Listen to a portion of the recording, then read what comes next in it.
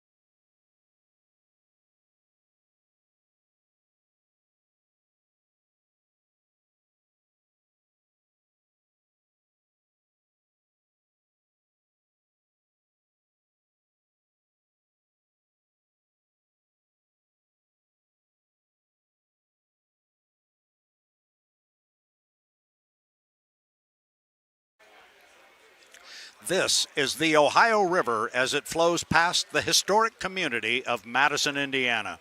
The unlimited hydroplanes have been racing here for the last 73 years. It is a tradition with a rich history, and it continues this weekend with the 2024 Indiana Governor's Cup. The Unlimiteds are next.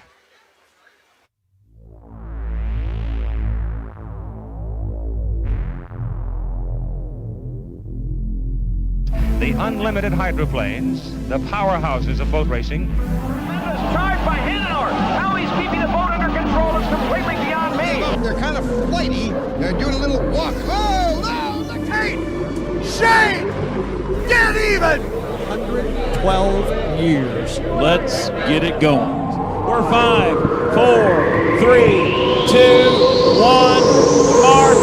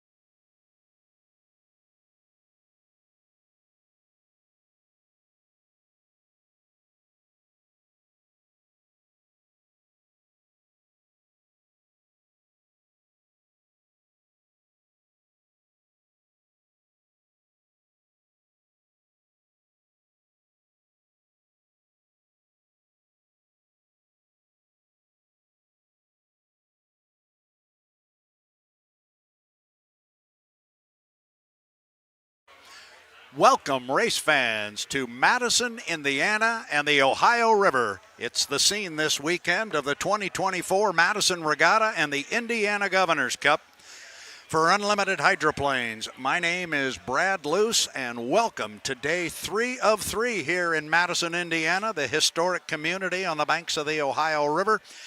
It is great to be back here. We have had a wonderful weekend of racing and activity so far, but it all culminates with what those of us of a certain vintage refer to Sunday as race day. I have a special guest joining me here this morning for this opening piece right now. My good friend Jeff Ayler's aboard once more. Good morning, Jeff. Brad, good morning. You look great, and good morning, good afternoon, wherever you are around the world watching us on H1 Unlimited via YouTube. And Brad, for the second day in a row here in Madison, we've got September water with an October morning feel in the first weekend of July 2024. I had to review what I told you yesterday on tape at YouTube with H1 Unlimited. I'm a little rusty. September and October features in July here in Madison. And whatever that may mean to you, Jeff Ayler, to race fans wondering what that means and scratching their head, that means we got really, really good racing conditions here on the river. If you grade a perfect 10 as your top number, it's well off the charts, and it's going to be a great day, I think, here in Madison. The water conditions look perfect right now, Brad, and we have been blessed here in the Ohio River Valley for a number of weeks now. Unfortunately, maybe not so much for our farmers and the agricultural business, but we have had some rain. We did have rain Friday, and what this does for me here personally in Madison, I can mow now every other week, which saves on the fuel bill. There you go. And that reminds me of an old guy we know that run a piston-powered boat that saved on that methanol. Absolutely, absolutely. Want to take this opportunity to congratulate you on a wonderful opening ceremonies, which we carried live on the H1 Unlimited live stream. So you were front and center, Jeff, on camera. Well, thank you, Brad. I appreciate that. And I hated messing up Melissa's name. We used to work together at Chandler Chevrolet up on Madison's Hilltop, and I knew her as Melissa Waller. And I looked at my notes after the opening ceremonies was over, and I went up to her and I said, I'm sorry, I actually had it wrote down right, Melissa Wolf, but old habits are hard to break, especially when you're approaching Social Security numbers. Yeah, I'm going to stay away from that comment. I've seen Social Security. That whole thing's long in the rearview mirror. But I remember when that point in life came about. Hey, I want to give a shout out here to the Madison Regatta Committee and everybody who's involved in putting on the on-water operations here, because when I walked down to the river this morning, the joke around the pit tower was that the river was gone because you could not see it. We had a thick, dense fog settle in over the pit area. We could hardly see the dock. It went away nicely. It went pretty quick. Starting about 8 o'clock, it really started to dissipate, and then about 8:45, we were in pretty good position. But I spoke to Kyle Bipes, the vice president of the regatta this morning. They went ahead and set the course personnel out, setting the buoys by GPS. I think that might have been a first here in Madison, setting buoys here in the modern era of the regatta, while the fog was hovering over the First Financial Bank Wild Bill Cantrell Memorial Racecourse. I'm looking at our schedule, and the racecourse setup was to begin at 7 o'clock, and I just heard you say, and you were dead on, that the fog started to lift around 8, but they were already out there when it lifted. We've got a race course here that looks about 98% ready to go. Water conditions are perfect. Weather conditions can't be better. We had a huge crowd here yesterday. I made comment about it yesterday walking through the crowd, and then talking with Jake McCormick this morning. He was telling me some ticket numbers. The numbers are up. Everything is positive. What you said at the opening ceremonies about those guys on the board, the Madison Regatta board, the guys with the orange shirts, they have hit this one out of the park. They have done a tremendous job. I've been to every general membership meeting since last September for this year's event. And boy, Brad, you know and I know it is a Herculean effort. Any event you work, unlimited, inboard, outboard, it takes a lot of dedication, time, and effort. And the group here in Madison, Indiana have done a tremendous job. And next year's president will be Kyle Bipes. He will take over in 25 and 26. And Kyle's father will succeed him as president in 27 and 28. And Tim, his father, was a president here in 1998. And Kyle's grandfather, the late Jack Ice, was president here in 1972, the year that the race was moved to like Wednesday or Tuesday. And I was 8.5 years old, and the Delta Queen spoiled the party, roughing up the Ohio River with debris. And some guy named Bill Muncie won on points. He had like 2 heat wins that day for 800 in a boat called Atlas Van Lines. Is that right? I think I remember that name somewhere in the brain cell archives. Hey, I know you've got to get back over there on the other side and get this started, but I want to reminisce on one more piece. to see Tony Steinhardt sitting there, and I did not realize he was going to be here. And then when he got introduced, I went, oh my goodness, the first man on the boat in 71 when they brought her back to the dock. Now you're going to know this, and I've never asked this question, but something in my mind hit me yesterday when he made that famous leap on the deck of the boat when it came back into the pits, caught by the cameras of ABC's Wide World of Sports. Those a little dim, maybe beigeish leisure shoes I think he wore. Wonder if those have been archived somewhere in his collection. I think they were that dingy white color. Well, if they aren't, they should be. So we'll give you that assignment, Mr. Ayler, to take off and find that out for us. Before you run, I want to show you some interesting numbers, and we're going to get into it here on the live stream, as our race course is supposed to open at 10 o'clock this morning for open testing, and we've got some H1 Unlimiteds in the water, and I see cranes moving here. We've got the GP71 on the sling right in front of us, so we're going to have action on the water here very quickly. But I want to show you some numbers because I went and got race point totals for the Indiana Governor's Cup here for H1 Unlimited. But at the bottom of the page is national high points through yesterday. Now, you're going to look at these numbers and you're going to go, wow, I wouldn't have expected that. But you have to stop and realize we're running a round-robin format. Because I think if I asked you who is sitting atop in national high points right now, you would probably go to the 91. Well, the U91 of the Goodman Real Estate has 1,350 points, and they are in fourth place. But then you have to stop and think, oh, that's right. They only ran once yesterday. So you're comparing boats with an unequal number of heats, but still I find the numbers kind of interesting. Our national high points leader right now is J. Michael Kelly, and he sits atop with 1475. Second place is teammate Corey Peabody in the U9 Beacon Plumbing with 1389. Look at that third place boat, and I think it's important to note that Jamie Nielsen in the MissMercuries.com is sitting in third place, and they only ran once yesterday. So they're on equal footing down here with the 91. Our fourth place national high points right now is the U91 Goodman Real Estate and Bucket List in fifth. Interesting set of numbers here. I'm going to make sure you get a copy of them so you can talk about them, but I would not have expected JMK to be sitting atop the list right now. No, that's a wonderful stat you come up with, Brad. That's absolutely phenomenal, and it just goes to show we've got about four boats that are pretty tight, but, you know, in racing, any mistakes or a malfunction or an unfortunate did not finish, this orange one, it's going to happen sooner. It's going to happen sooner or later. Dustin Eccles is going to be there. He'll win one of these races.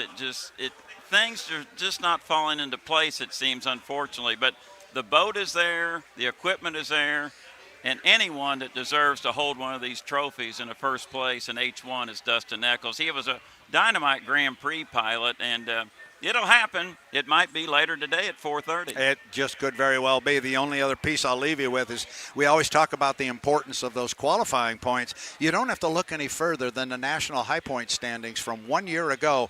I'm looking here at our number one boat, which was J. Michael Kelly last year. 5,284 points. He won it by 84 points over teammate Corey Peabody. That's how important points can be on the H1 Unlimited circuit. I know you got to get to work. We're going to have a good day, my friend. As always, great visiting with you. You look wonderful. And, boy, look at that drone shot of the Ohio River. There it is. On your H1 Unlimited video team. You can watch it at YouTube. And, Brad, I tell you what, this team has come together quickly. And Gio, he kind of hears my PA call. He's been laughing at me a lot this weekend. I think it might be actually a good thing. It is a good thing. He laughs a lot. Gio's been he's a new addition to our live stream team, and we love having this kid along with us. And if we can get a camera shot on Gio, it would scare most normal people. No. No. He has a similar look as a guy named Andrew Tate about to take in this boat. Yeah, it does. He was actually mistaken for Andrew Tate in the lobby of the hotel. It's been a great story. And so now we're referring to Andrew Tate as Giovanni Belcido. And this is the real Andrew Tate with the camera up here. Giovanni. That's Gio. Well, we remember a guy that drove Reuben Bobby. That's Cal There you Phipps. go.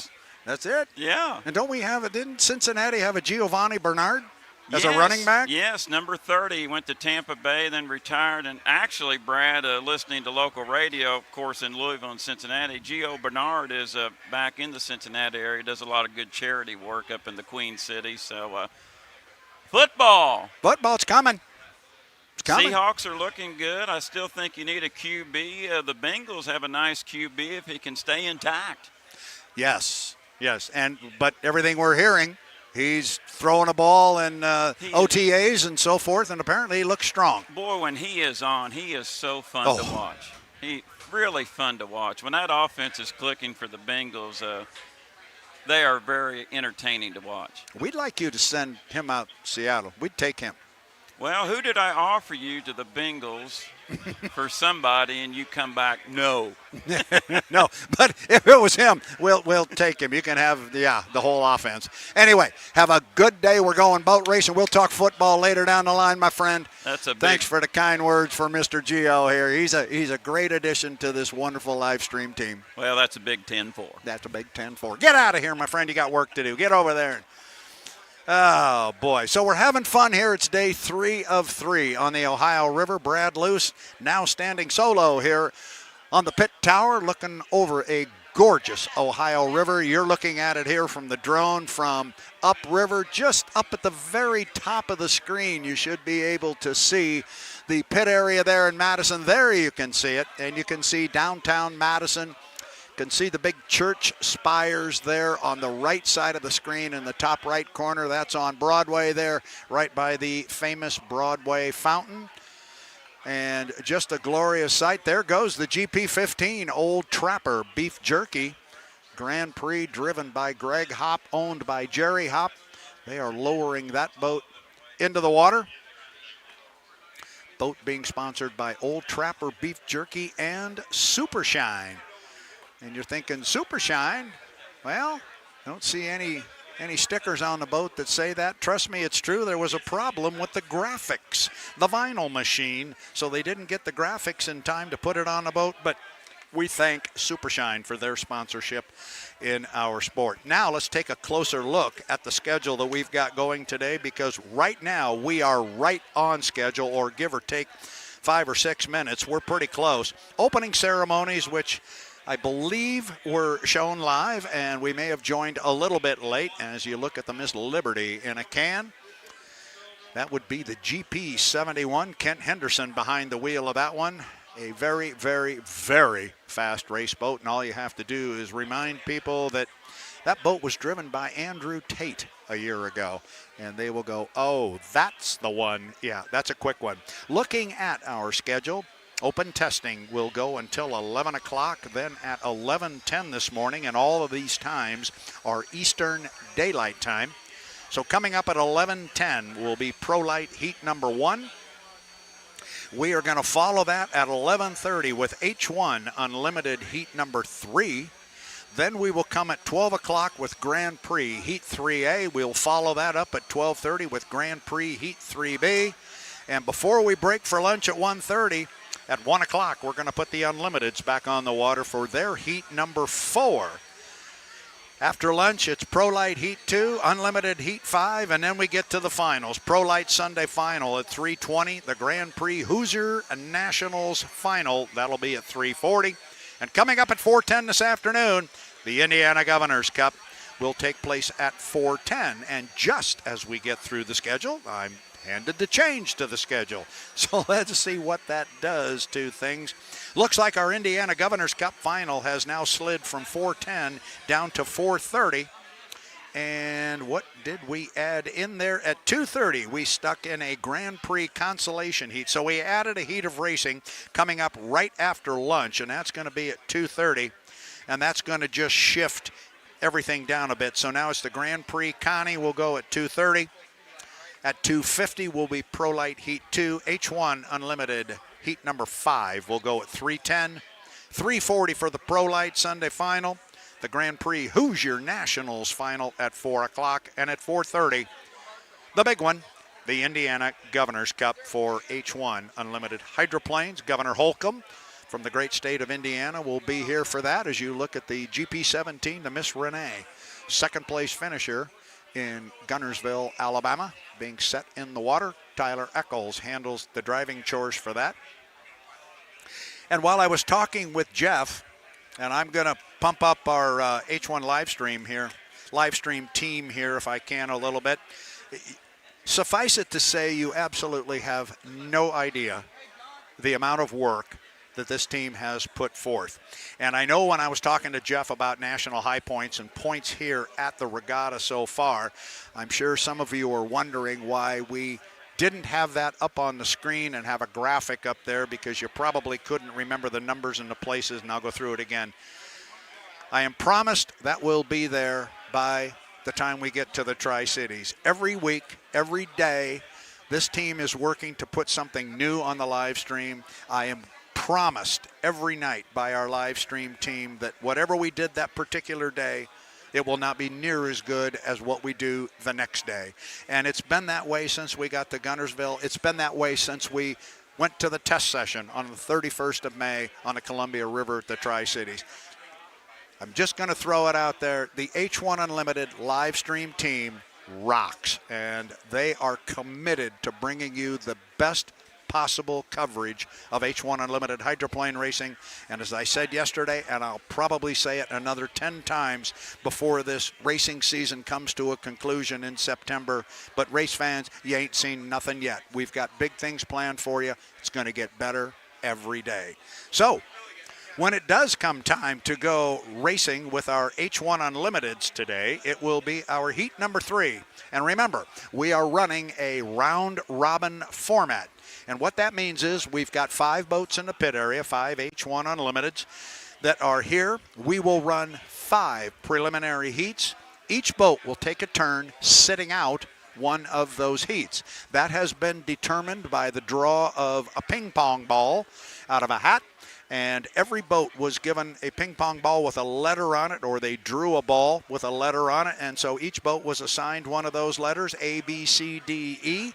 And then it is just a round robin from there. In the first heat, we ran boats A, B, C, D. And the next heat, we ran E, A, B, C. And we just keep going 4 boats to a heat until we've run 5 heats, and everybody has run 4 times. At that point, we will tally up all of the points. The 4 with the most points will get on the front row of the final heat, which will come at 4:30 this afternoon for the Morgan Foods Indiana Governor's Cup at 4:30. That will be a 5-lap winner-take-all final. Our preliminaries are 3 laps. So, looking at our Heat 3, slated to come up at 11:30 this morning. Again, that is Eastern Daylight Time. We will have 4 boats. The U91 Miss Goodman Real Estate with Andrew Tate. He will be in that heat. He will be joined by the U1, the Beacon Electric, driven by J. Michael Kelly. Also aboard in Heat 3 will be the U40, the Bright Orange Bucket List Racing, driven by Dustin Eccles. And Jamie Nielsen in the U11, the Miss Mercury's Coffee, will join that field. So it'll be the 91, the 1, the 40, and the 11. Goodman Real Estate, Beacon Electric, Bucket List Racing, and MissMercurys.com, or you know how I like to say it, Tate, Kelly, Eccles, Nilsson, coming up at 11:30, and it should be fun. Let's go back to those national high points and points here at the event. I started chasing that down this morning, and somebody said, who's leading in national high points? And I went, wow, I guess if I have to, let me think. I guess I'm going to go with Andrew Tate in the Goodman Real Estate in the U91. Well, it turns out they're in 4th place. And then you have to remember the round-robin format. We've got boats that have run twice here already because we've run 2 heats. And we've got a couple of boats that have only run once. So you're not necessarily on equal footing, if you will, because not all of the boats have had equal opportunity. So that tends to skew the numbers a bit. But our national high points leader right now is the U1, the Beacon Electric with J. Michael Kelly. They are on top with 1,475 points. Second place in our national high points is the U9, the Beacon Plumbing, driven by Corey Peabody. He's right behind him at 1,389. Our third place boat is the U11, the MissMercurys.com. They have 1,360 points. Fourth place to the aforementioned U91 Goodman Real Estate. They have 1,350 points, only 10 points behind Jamie Nielsen. And rounding out our top 5 boats in national high points is the U40 Bucket List Racing with 1,126. Looking at points that have been accrued so far at the Madison Regatta for 2024, the U1 Beacon Electric, they have a total of 380 points. Corey Peabody having a very good weekend so far. He has 900 points. Jamie Nielsen of the U11, MissMercuries.com with 300 points. The U40 Bucket List Racing with 394. And Andrew Tate with 225 points. Activity on the water. We are up and running. First boat away from the dock is going to be from our Grand Prix class. That's the GP71 Liberty in a can, the Miss Liberty. It is driven by Kent Henderson out of Brockville, Ontario, Canada. Also seeing Tyler Eccles away from the dock. Good to see that boat up and running. They have had a difficult time so far just keeping that boat on the water and running. So the Miss Renee you're looking at right there at the lower end of the race course, Tyler Eccles behind the wheel of that one. Greg Hopp is away from the dock, and the GP15, we saw him lifting that boat into the water. That is the Old Trappers Beef Jerky and Super Shine. Good to see them out on the water. Under the watchful eyes of the H1 officiating crew here, looking over the Grand Prix on the water. 3 boats can come out at one time. We've got 3 boats on the water.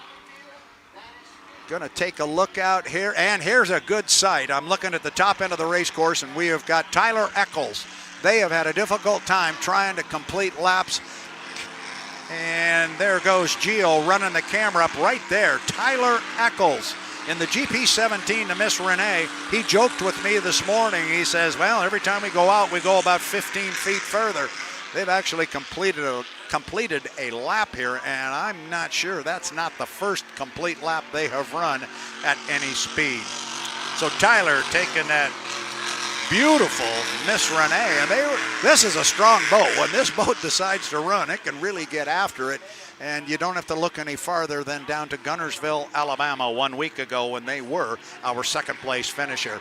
So Tyler starts to put the foot in it there a little bit, and he's going to pull up perhaps alongside Kent Henderson and the Miss Liberty, the GP71. GP's put on a great show yesterday. Whoa, Kent kind of straightened it out a little bit. It looked like they're in the corner. And here comes a couple of boats side by side. What we'll see, and Tyler puts the foot down there.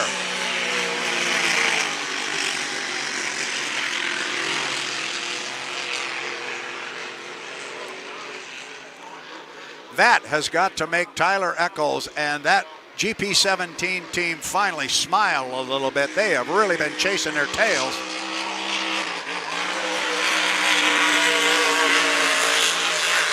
You're looking at Kent Henderson there on the left of the screen. There it is, the GP71, Miss Liberty.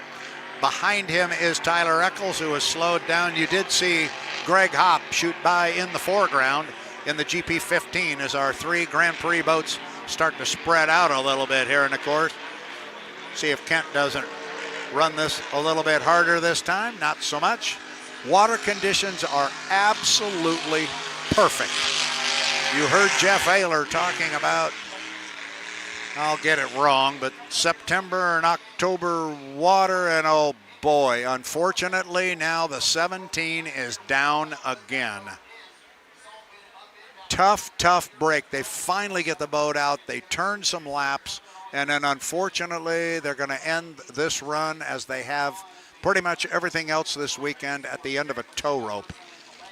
That's a tough break. You're looking right there at Greg Hopp coming back in one of the older hulls here on the Grand Prix circuit. Boat was built in 1998. The Jamie Old hull. A little narrower than a lot of the newer boats. Can't get through the corners as quick as some of the other boats can, but man, you line them up in a straight dash. This one's a quick one. GP15, looking at Greg Hopp there, you'll see him pop the lid. see the Old Trapper beef jerky logo there on the right sponson as Greg pops the lid. So we are underway here on day 3 of 3 at the Indiana Governor's Cup, the 2024 Madison Regatta. Kent Henderson, oh, great shot there. See Kent Henderson coming back to the dock in the GP15, Miss Liberty. In the foreground there on the other camera angle, you got to look as you're looking now at the U91, the Goodman Real Estate. Andrew Tate is in the cockpit.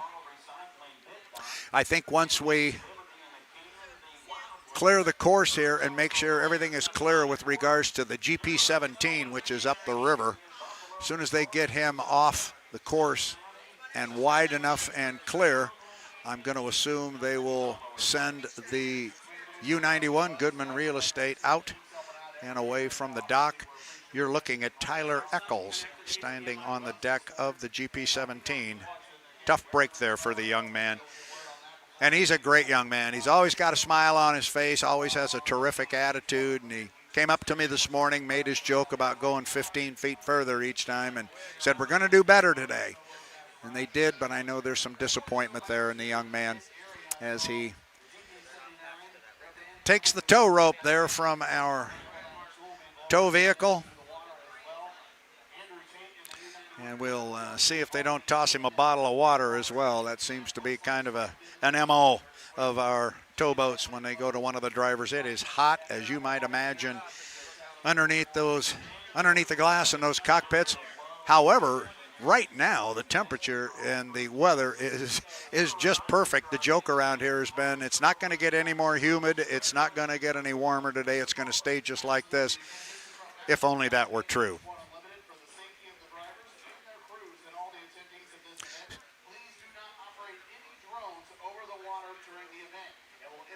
So it's quiet here on the Ohio River for a moment. Brad Luce on the start-finish line tower. We are underway of day 3 of 3 for the 2024 Madison Regatta and the Indiana Governor's Cup.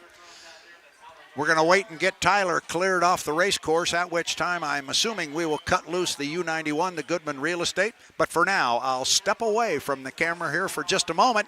We'll be right back, and I'm going to step away from the microphone. We'll keep the pictures going live for you. We'll be back as soon as we get some boats on the water.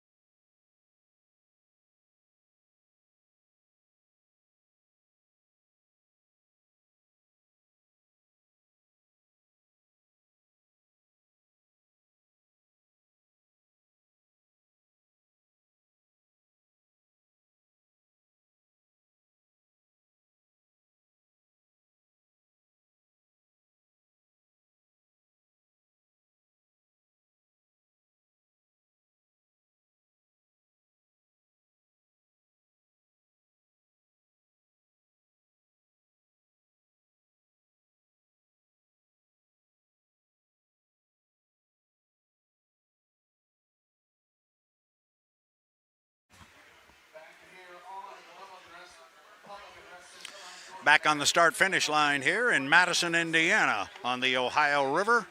It's the 2024 Madison Regatta and the Indiana Governor's Cup. Top end of the race course coming down is the hometown favorite, the U91, the Miss Goodman Real Estate, owned by the citizens of Madison, Indiana, and representative owner Charlie Grooms of Miss Madison Incorporated. Here comes Andrew Tate. This boat, as it always has, just seems to ride so beautifully, and as Jean Thioret said yesterday, or perhaps it was on Friday, it just seems to be effortless with this boat. It just pushes so easily through the water. And they only ran in one heat of competition yesterday, and they picked up a third-place finish. They were on the outside of both of the strong racing boats, the U1, the Beacon Electric, the U9, the Beacon Plumbing. And Andrew found himself a tick behind Peabody and Kelly, and he found himself a couple of ticks behind when the checkered flag flew. So they picked up third-place points.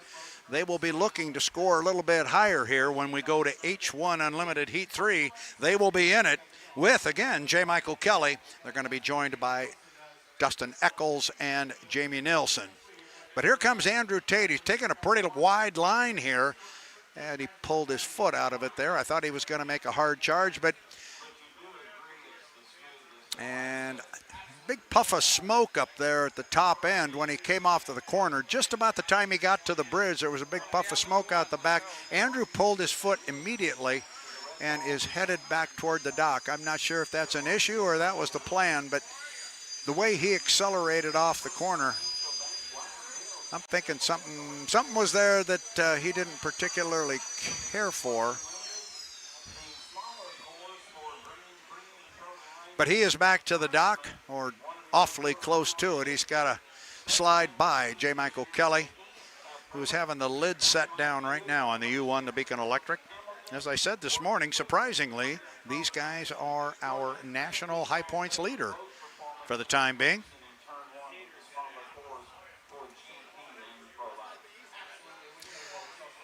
Waiting for J. Michael Kelly to come out on the course and test. Of course, he ran in 2 heats yesterday. Took a second place in that heat I was just speaking of, which was the first one of the weekend and of the day yesterday. Took a second place finish behind teammate Corey Peabody in the U9, the Beacon Plumbing. And they managed to hold off Andrew Tate and keep him back in third. So he had a second place finish and 300 points. They came out again in the second heat, and Peabody and Kelly were matched together again, and it was quite a start for J. Michael Kelly. He put the boat on an inside lane as he had done in the first heat. I wasn't sure he'd go back in there because that can be a difficult place on this race course, especially if you're late. He was not in that second heat. He nailed a start on the inside line and was able to hold the lead the entire way around.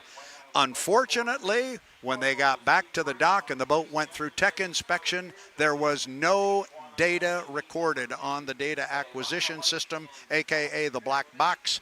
There was no information there. Once that was confirmed by the officials, it's a very clear statement in the rule book.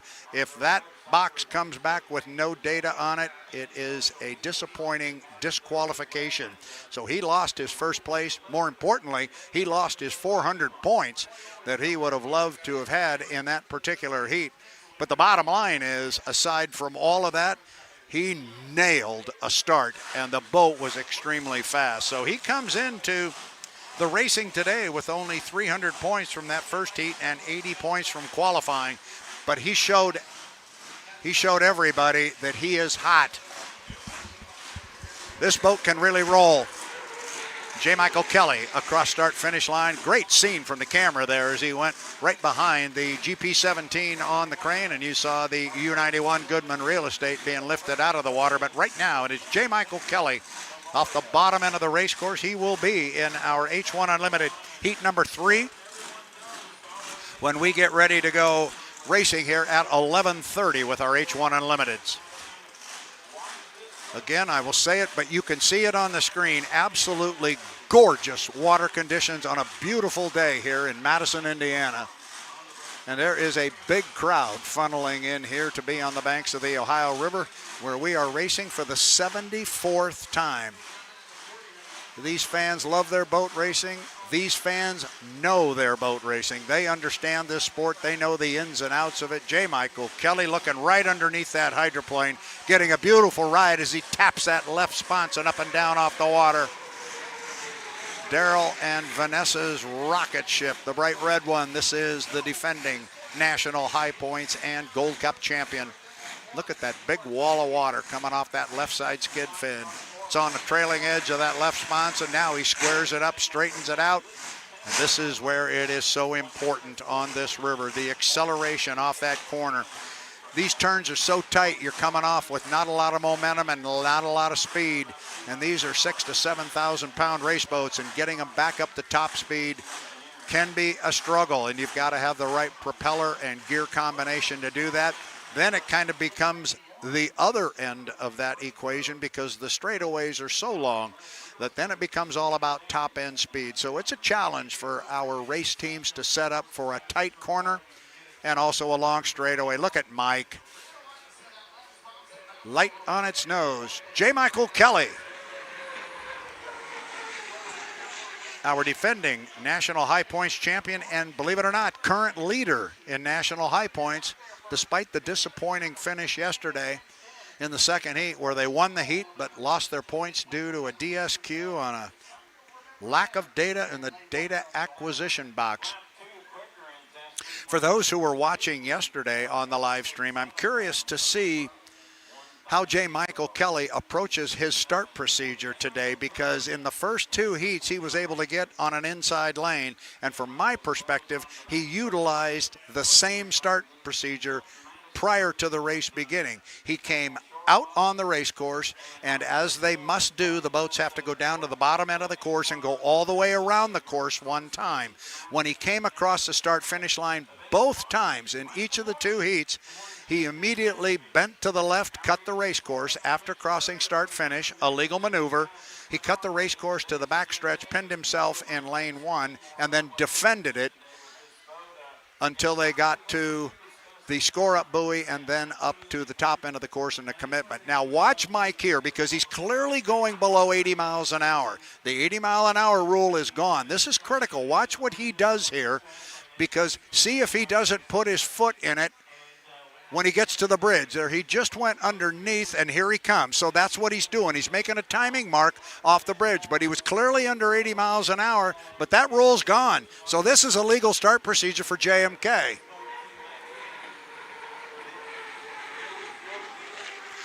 We like to say it's about a 12-second run off that bridge, but he approached that bridge at about 65, 70 miles an hour, I'm guessing, but it was clearly below 80.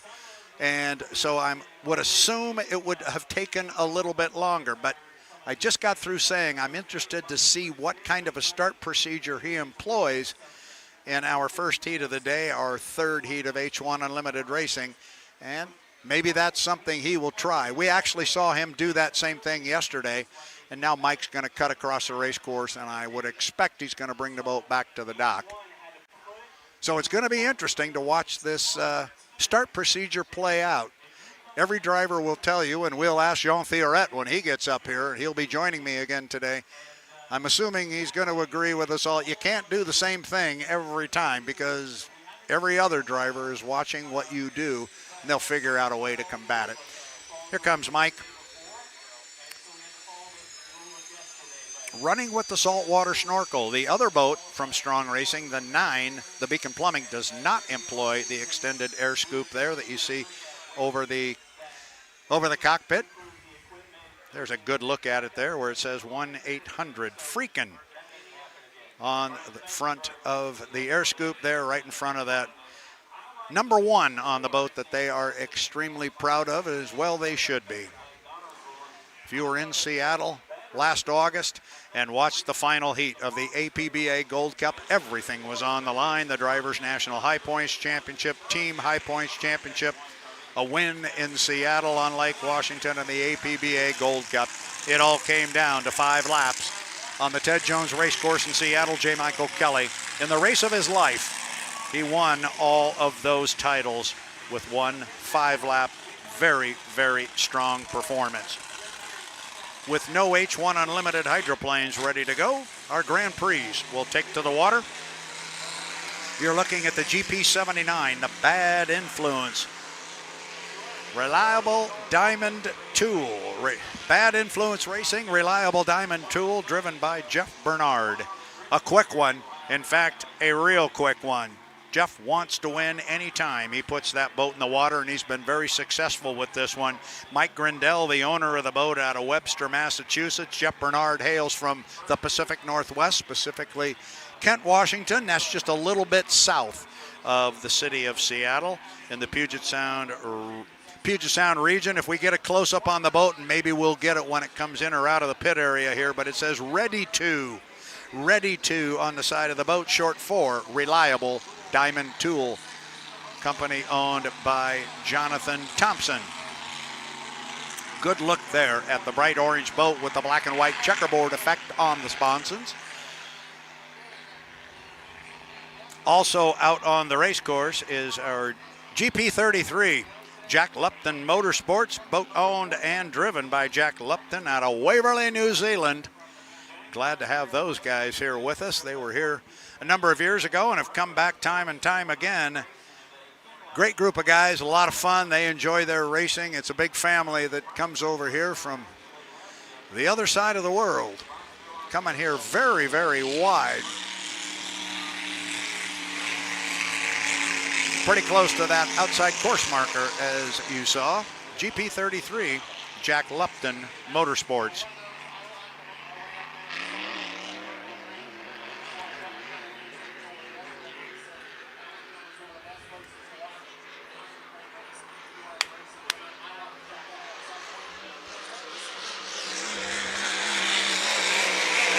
Jeff Bernard makes a hard run across the line on that GP79 Reliable Diamond Tool. Boat is operated by the Dam family.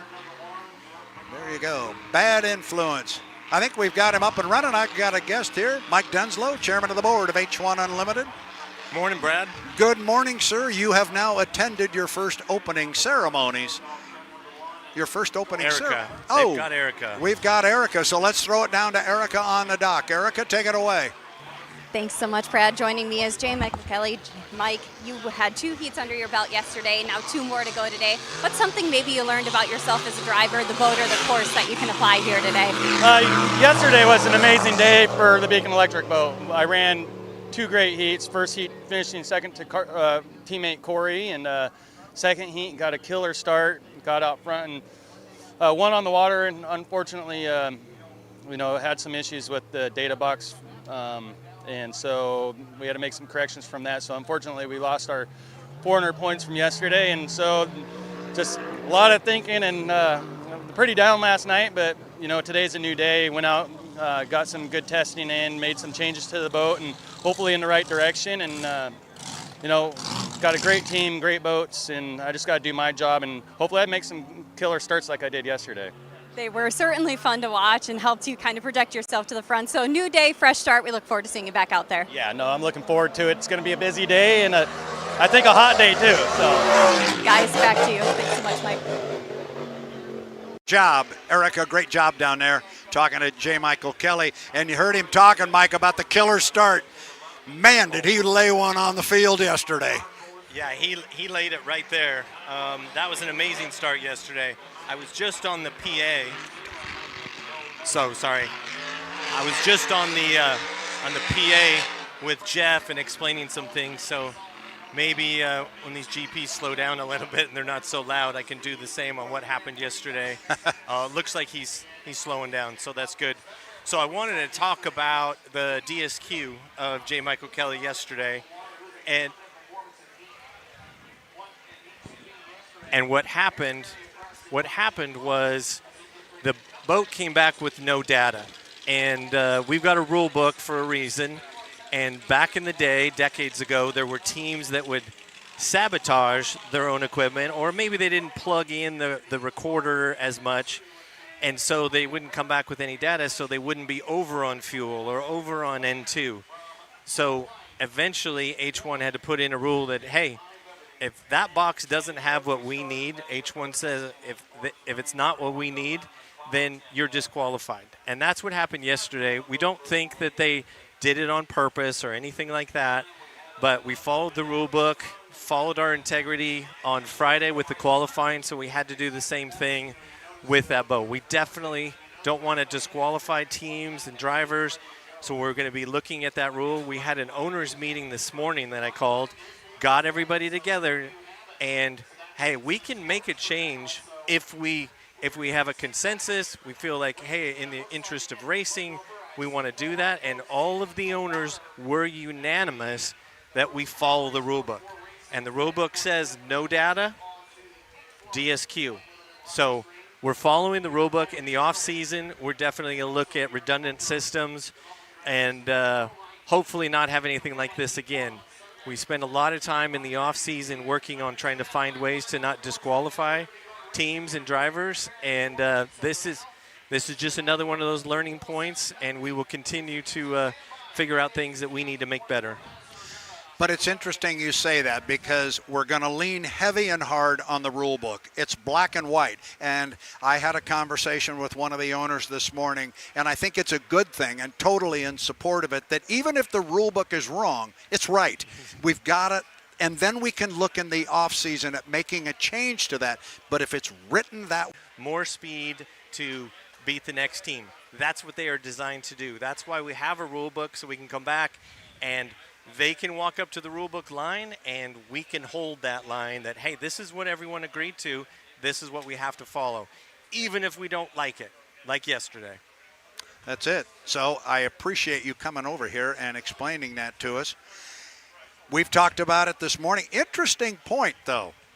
Even with the fact that J. Michael Kelly and the U1 Beacon Electric lost their 400 points, they lost their first place finish, they are our national high points leader right now. And I'll bet you probably wouldn't have guessed that. I would have not.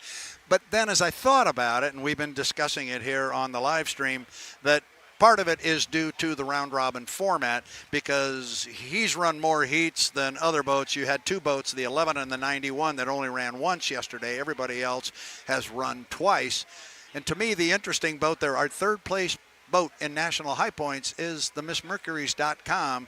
They're in third place, and they only ran once yesterday. So they're on solid footing. And that team, besides the fact they're having more fun than anybody else down there with that new sponsor, it's a great group of people. That boat is becoming a very, very strong competitor. Well, I think it's always been a good competitor, but now with a good sponsor behind it, Shannon and Pyro over there on the 11, and Jamie is as solid as they go. I mean, he is consistent.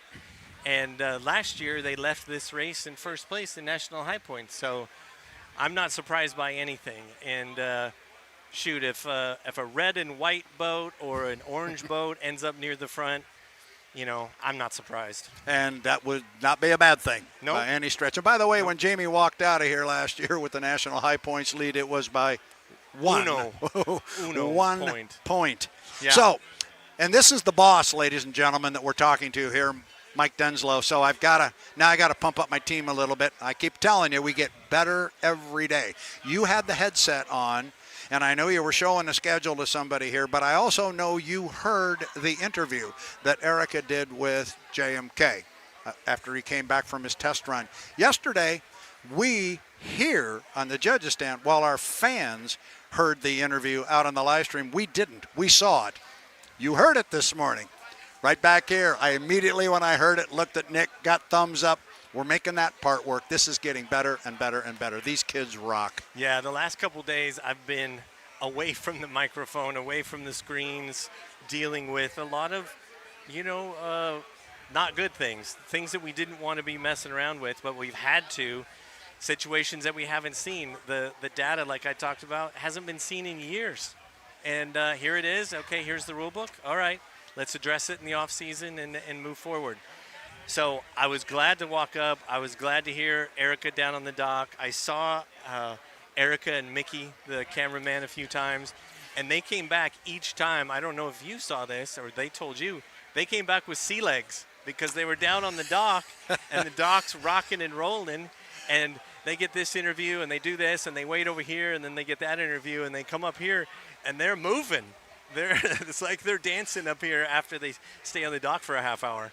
Yeah, and if there's anybody out there that is saying, gee, yeah, we noticed that. Good to bring it up, Mike. We noticed that they're taking the driver and they're getting him up on terra firma to have that interview. Why can't they do it like Luce does in the Tri-Cities? You've got, apparently, speaking of Erica Allreed, she is standing by with Dustin Eccles. Erica, take it away.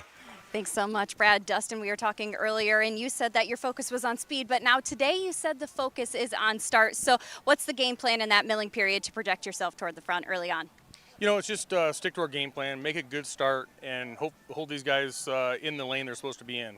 As the weekends progressed here, they start in one lane, they slide out a little bit, and it affects everybody outside. So if I'm up front, I can control my own destiny. So that's my goal for today, is just make a good start and just run my own race. And we were talking earlier as well, and you said that the boat is riding really well, and you're very happy with the way it's handling. So same thing here today? Yeah, the boat ride's perfect. The team's done everything they can do to give me a great boat ride. We're not really set up for this tight race course. I mean, we're running the best stuff we have, and it's good. These other guys are really good. So we're just going to do the best we can, get through this weekend, and hit Tri-Cities really hard. Best of luck to you out there today. Thanks so much. Thank you. Thank you, Erica, very much. Good insight there from Dustin Eccles. You like that, Mike? Well, I know what Dustin's talking about. Flavor Pack. They've got the Flavor Pack sponsorship dropping in Tri-Cities and Seattle. So I wonder if they're going back to the yellow Flavor Pack, you think? They are. Oh. They are indeed. So at least that's what we've been told. The yellow and blue wrap of Flavor Pack will be back on the boat for the Tri-Cities in Seattle, running in the Northwest. And it's interesting, he talks about their boat not necessarily being set up for this tight race course. This is like 180 degrees opposite of where we just were down in Guntersville with that short 2,000-foot wide corners. If you put a 2,000-foot wide corner here, we'd be running up on Vaughn Drive and over on whatever street that is on the other side. Milton, Kentucky. Yeah, an entirely different setup here, and obviously they like the wider, faster course, but that's all right. Come out to Tri-Cities. Some people refer to that as the super speedway. It's a quick one. Oh, man, is it. Yeah, we love it. 2.5 miles, front stretch, back stretch, middle turns. Isn't it funny that we went from the wide race course to the very, very skinny race course and then something kind of right in between? Yep, and it'll be a quick one. Then we change it up again. We go to Seattle with a wide 2-mile race course. Sloppy, too. It gets with very Lake sloppy. Washington water. Lake Washington water, and then since we're talking schedule, the middle of September, we go down and put our premier race on the water, the APBA Gold Cup. I know you were very involved in getting that back to San Diego. Talk a little bit about that, how it came about. Well, we were talking to San Diego, Greg and Jim and others down there for months, and it just made sense. I really liked the fact that last year we had the Gold Cup as the last race of the year. I know we can't do that every year, but last year, the culmination of the season, high points, Gold Cup in Seattle. I mean, it made sense. And San Diego, I mean, we talk about all these different courses. You get to San Diego, there's not a prettier one than Mission Bay and San Diego. So we're going to try to pull out all the stops and put on a big, beautiful event on Mission Bay and San Diego in September. And if you've never been to Mission Bay in San Diego and seen the Unlimiteds run on that body of water, which was built for boat racing, it literally is perfect. You talk about the backwash and the rollers we get off the log boom in Seattle. Then we go down there, it's white sandy beaches. The waves just go up on the beach and dissipate. Put your feet in the sand and the water and watch a boat race. There is nothing like it in San Diego. Come join us if you've never been there. But for now, it's the Ohio River. In Madison, Indiana, we have had outstanding weather here. Yeah, we went through a rainstorm on Friday, but since then, look at this. And the water conditions today are even better than they were so far yesterday. It's perfect right now. It absolutely is. It's my first time here, and where this official tower is and where we get to watch the race from, this elevated position, so close. It feels like us and the fans, if you look both ways. The grass is packed, lots of pop-up tents. I mean, this is an amazing venue. And Jake McCormick and everyone else, the volunteers and everything, they have made us feel very welcome. And they said they've got a great crowd Friday, Saturday. I mean, they're doing really well, so we're super excited to. Yeah, I know you don't have anything to compare that with from a crowd standpoint, but when I walked up to get a sandwich yesterday, holy smoke, there was a lot of people.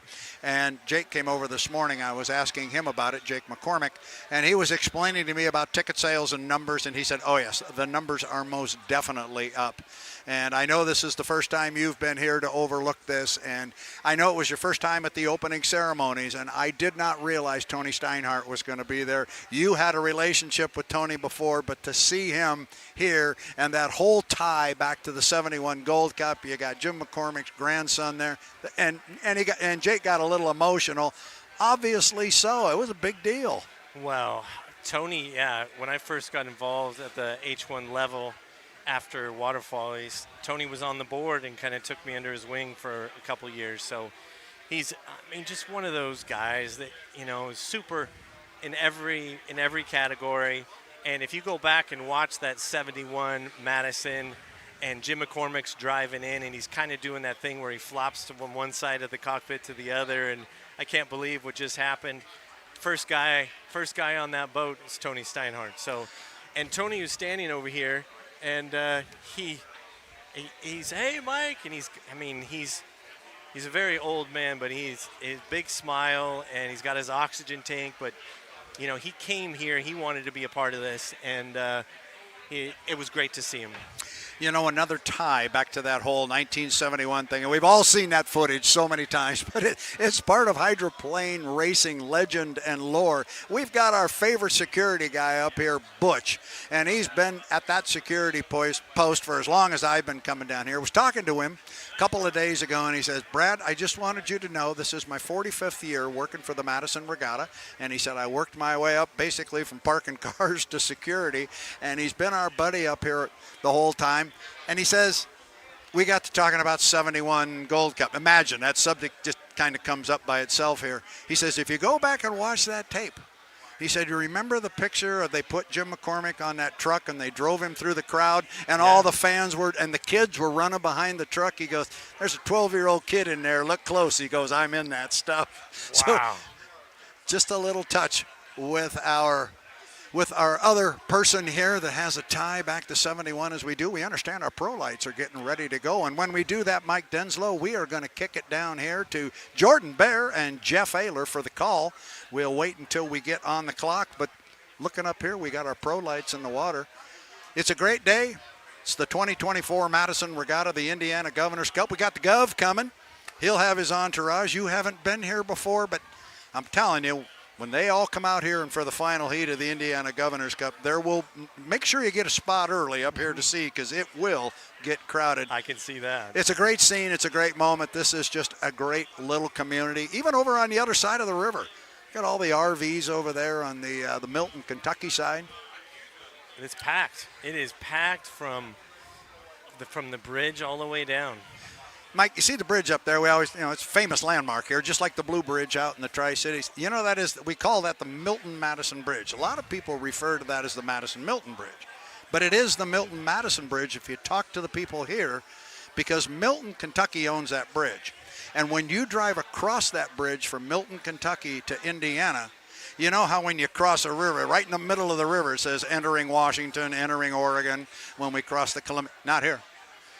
You don't enter Indiana until you touch terra firma over here. Really? It is. I had this explained to me, and oh, by the way, if you're in the river, you have to have a Kentucky fishing license, but if you're standing on the Indiana side, then you have to have an Indiana license. Guys were explaining that to me yesterday, and you learn something new every day. That's awesome. Yeah.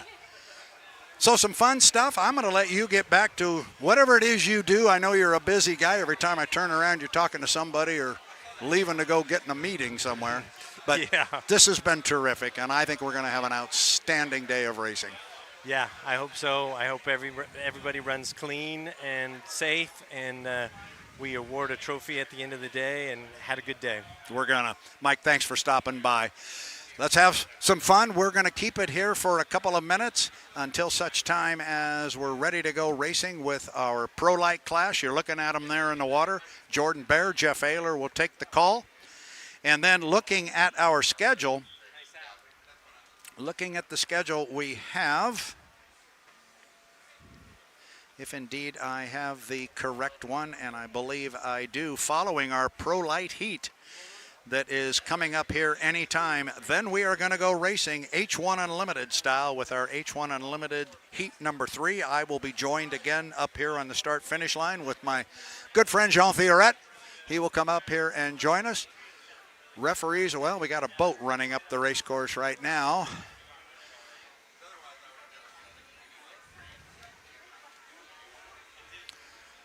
If I had my real good eyesight, I would have read the name of that boat as it went by, but I didn't catch it. But anyway, they will put that boat either in position or allow it to pass through. The officials are watching it, and then I think we will be ready to go. So next up is our Pro-Lite series. It's Pro-Lite heat number 1. It is sponsored by Liberty in a Can. It is next on the schedule. The boats are sitting in the water just waiting for a green light from our officials here, and when that happens, we'll be back. But for right now, this is Brad Luce saying stand by from the start-finish line in Madison, Indiana.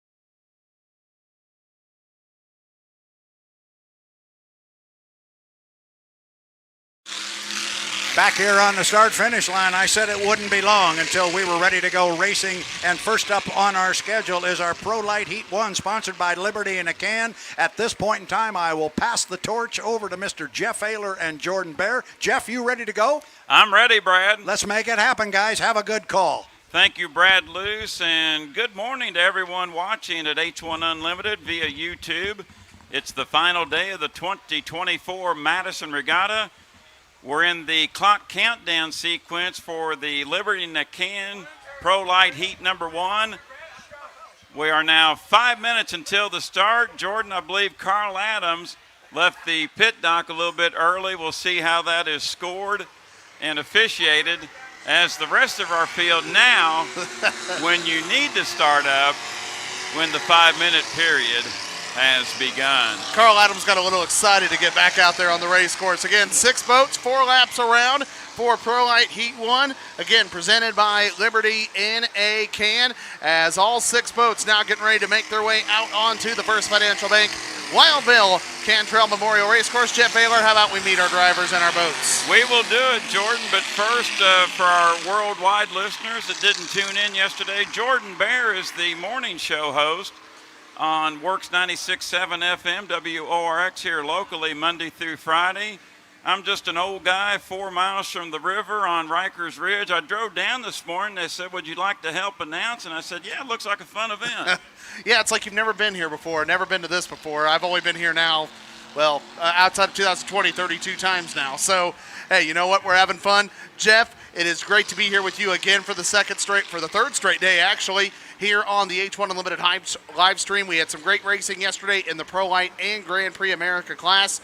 We are now ready for Pro-Lite Heat 1. Jeff Ayler, let's meet our drivers. Thank you, Jordan. By the start-finish line buoy, the 500 Senseless 14, that's driven by Joe Less out of Grand Island, New York. The dominant red craft, Rob Betke out of Ortonville, Michigan. And the Hold On Loosely, the number 8 blue and white boat, that is the Wolverine, driven by Alex Magna out of Pinckney, Michigan. Dominant white boat by the start-finish line buoy. That's your final heat winner yesterday on Saturday. Dylan Goodell out of Allen Park, Michigan in the all-point construction.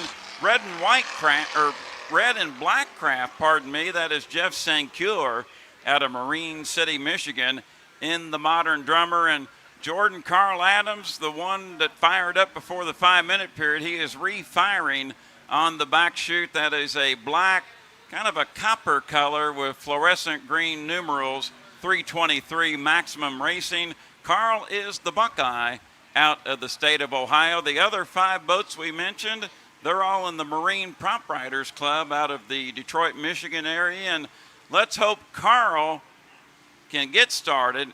And if he gets started, if he's having problems, maybe guide that boat into a safe position if he feels he's not able to run. So the officials will watch it. He's turning his way now, it looks like, toward the infield. So he is doing the smart thing, trying to get this into the infield. We see it trying to re-spool a little bit. That way make things a little easier. And again, you see it still trying to re-spool. Looks like he's getting close to the infield now. Looking at the chief referee to my left. Are we good to go, sir? Okay, he says so far so good. The Pro-Lite boats are 20 foot in length, 10 foot width, all powered by a 350 cubic inch stock engine. Straightaway speeds here in Madison is smooth water right now. I think we'll see up to 110 miles per hour at the end of each chute. Racing trim with the pilot inside, you're looking at about 800 pounds as Carl now is into the infield. It's a fight for lane, clock start format. This is the 1 1/4 mile version of the First Financial Bank Wild Bill Cantrell Memorial Racecourse. 4 times around. Jordan, penalties in Pro-Lite. It is a 1-minute penalty that goes on your elapsed time after the heat completion. This is Liberty in a can, Pro-Lite heat number 1.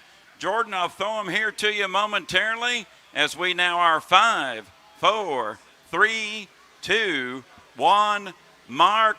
1-minute period has begun in Pro-Lite Heat 1 presented by Liberty in a can. So looking here, it looks like Rob Betke is just to the inside of the 500. That is Joe Less. We saw him cut through the infield right in front of the start-finish line here. And we are now at 40 seconds. Again, you jumped the gun. It is a 1-minute penalty. We saw that yesterday. We saw both Betke and Goodell jump the gun in heat number 1, which allowed Joe Less to grab the victory. We're at 30 seconds now as they get ready. They're slowly creeping into turn number 2. Again, all this is legal. But right now you look, and there you see Sancure trying to put in a lot of speed going to the outside. Sancure going, and we're coming to the start. We're at 15 seconds. 13 seconds to go now. Looks like they might be a little early. Let's see. We're at 10 seconds. We are at 8, 7, 6, 5, 4, 3, 2, 1. Mark, we're racing. We'll call it physically legal. We'll wait to hear. And it's Sancure leading the way, but Betke on the inside. But Carl Less is right there. Joe Less, is on the inside lane. He's going around, and he's going to bring him up the backstretch. Jeff Ayler, he's in first. Right on the outside, though, is Betke. And Goodell's going to be there as too. But right now, it's Joe Less leading him up the backstretch. Joe Less, Prime Real Estate, lane 1. Shorter way around, beautiful start, leads it in senseless 14. Rob Betke in second, and here comes Dylan Goodell up in third in the all-point construction. 1, 2, 3 in turn 2, Les, Betke, and Goodell. And we have a gun jumper. The 17, Jeff Sancure, jumped the gun, so that's a 1-minute penalty. But right now, Joe Less is coming around to turn number 2. He's going to be looking to complete the first lap. He's leading right now. Not far behind him by about a rooster tail is Rob Betke. But then there's Dylan Goodell, who is trying to catch Betke. Goodell in lane 3. Goodell won 2 heats yesterday, including the Saturday final. But right now it is Joe Less looking for his second win of the weekend. He's taking him up to turn number 1. Heading on the backstretch, Jeff Ayler. We still got 3 really close boats here in the top 3 spots. Nice action here in Liberty in a can. Pro-Lite heat number 1 on this late Sunday morning in Madison. So far it's been all Joe Less in senseless 14, but I think the battle for second will be shaping up. Rob Betke actually creeping up in the tail of Les. Jordan, you got a battle for the lead. Yes, we do. And again, Les getting there first, but there's Betke trying to catch him. Les has the shorter track around, but right there is Rob Betke. He's right about half a rooster tail length now. But again, he's going to the outside. A wide turn there, pushing Betke out further. Can Betke catch him? We're coming down the stretch. 2 down, 2 to go. Betke trying to catch him here on this front straightaway, but it's still Joe Les in the senseless 14 in the lead. But but Rob Betke is right there, and he may catch him as they get to this first turn. Right there with them as Dylan Goodell comes down in third. Jeff Ayler, they're going to be heading over to the backstretch. We got a great one here for first place. Don Malello, give me a nod. I think that was some good old-fashioned boat racing off turn 2. That was a little bit extra added sauce hip check by Joe Les. Shoved Becky out as far as he could get him. It was a legal maneuver. Lap and a half to go. Now Les extends the lead. Betke in second, Goodell in third, and that's what I like seeing, the old hip check. Oh, my goodness. Yes, he did. And Betke still trying to cut into that rooster tail, and he does it going into this second turn, but it's still Joe Les who's got the inside lane. He made a great move in the race before the race to grab lane 1. He's now still pushed him to the outside. He's going to be looking for the white flag. 3 down, 1 to go as Joe Les will cross the start-finish line here, still with the lead. A little over a rooster tail lead, but Rob Betke is right there. He has cut into it. He was able to get close to him here on this last one, but right now Joe Les still a fairly comfortable lead. But again, Betke right there, so Betke's got to keep it on the water, got to keep his foot on the throttle. Any let up there, Betke's going to be right there as Dylan Goodell comes down in third, Jeff. Jordan, on paper, we knew coming in Les could be the possible favorite, but what I see here, Les appears to be comfortably in front to get the checkered flag, but I like the performance of Betke's boat in this heat. That's the best the dominant red ran all weekend. Goodell in third, and Jordan, this battle's not over. No, let's see if this huge hip check comes in again. Oh, Betke's getting in. He's about halfway through the rooster tail now. We're going to be looking for the checkered flag down the home stretch. Final turn, final lap. Les is there on the inside, but Betke's right there. Is Betke going to catch him here on the home stretch? Checkered flag out. Oh, it's going to be a race to the finish, but it looks like it's going to be Joe Les in the senseless 14, crossing by just about half a rooster tail length. Second place goes to Rob Betke in Hold On Loosely. Third place, Dylan Goodell in All Point Construction. Jordan, nice job to begin our activity on day number 3 of the 2024 Madison Regatta. Joe Les wins it. Pro-Lite heat number 1, sponsored by Liberty and a Can. Make it about, 6-7 boat lengths over Rob Betke, but I did like the performance of Betke out of Michigan in the Hold On Loosely. That was the smoothest water all weekend so far for the Pro-Lites, and Betke's boat seemed to like it. Absolutely. What a start, what a race. In fourth place, that'll go to the Wolverine, Alex Magna. Fifth place to Jeff Sancure. And the 17 Modern Drummer. The 17 did jump the gun, so he'll have a 1-minute penalty, but he'll have a fifth place finish here. But that is how you start the third day of the Madison Regatta racing, because what a show that they just put on the Ohio River and the First Financial Bank Wild Mill Cantrell Memorial Racecourse. But Joe Les, he picks up his second win of the weekend. Rob Betke, let me tell you what, he's been close each and every race. I thought he was potentially going to catch him on that last turn, but man, oh man, what a run by Rob Betke. But Joe Les able to hold him off, made a great move there in the race prior to the race in the warm-up mulling period. He cut right in front of this flag boat, this houseboat, right in front of the start-finish line and grabbed lane 1, and no one was able to get it back from him, and he held off Betke the entire time. And it looks like here, is that the Sencure in the Modern Drummer? He's cutting across right here trying to get back to the lane. Interesting heat. Another observation I've got, Jordan, for our viewers online at H1 Unlimited through YouTube and, of course, here along the shoreline. The third place boat, Dylan Goodell, he's been charging hard all weekend long. He gave it a good run for one lap in third, but then Dylan settled his craft down. You can't win it right now. That happens at 3:40 this afternoon in the Pro-Lite Joe Johnson Memorial Championship. So I thought some good heads-up driving, but Goodell, just learn from your boat, and I think Dylan knows he needs to have an inside lane come final heat time, because if Les gets there traveling to less real estate, he's going to be tough. He really does. And, I mean, Les hit that start so perfectly, and obviously unfortunate about the 323. Kudos to him for respooling enough to get to the infield so they didn't have to stop the race. But, my goodness, what a first race here for the Pro-Lite circuit. We'll get to see them a couple more times today. We're just getting started here, folks, because coming up in just a little bit, I will hand this headset off to Brad Luce, the voice of H1 Unlimited Hydroplane Racing, because we will have Unlimited Heat 3. The Clint Newman Memorial Unlimited Heat 3. That's coming up here very, very shortly.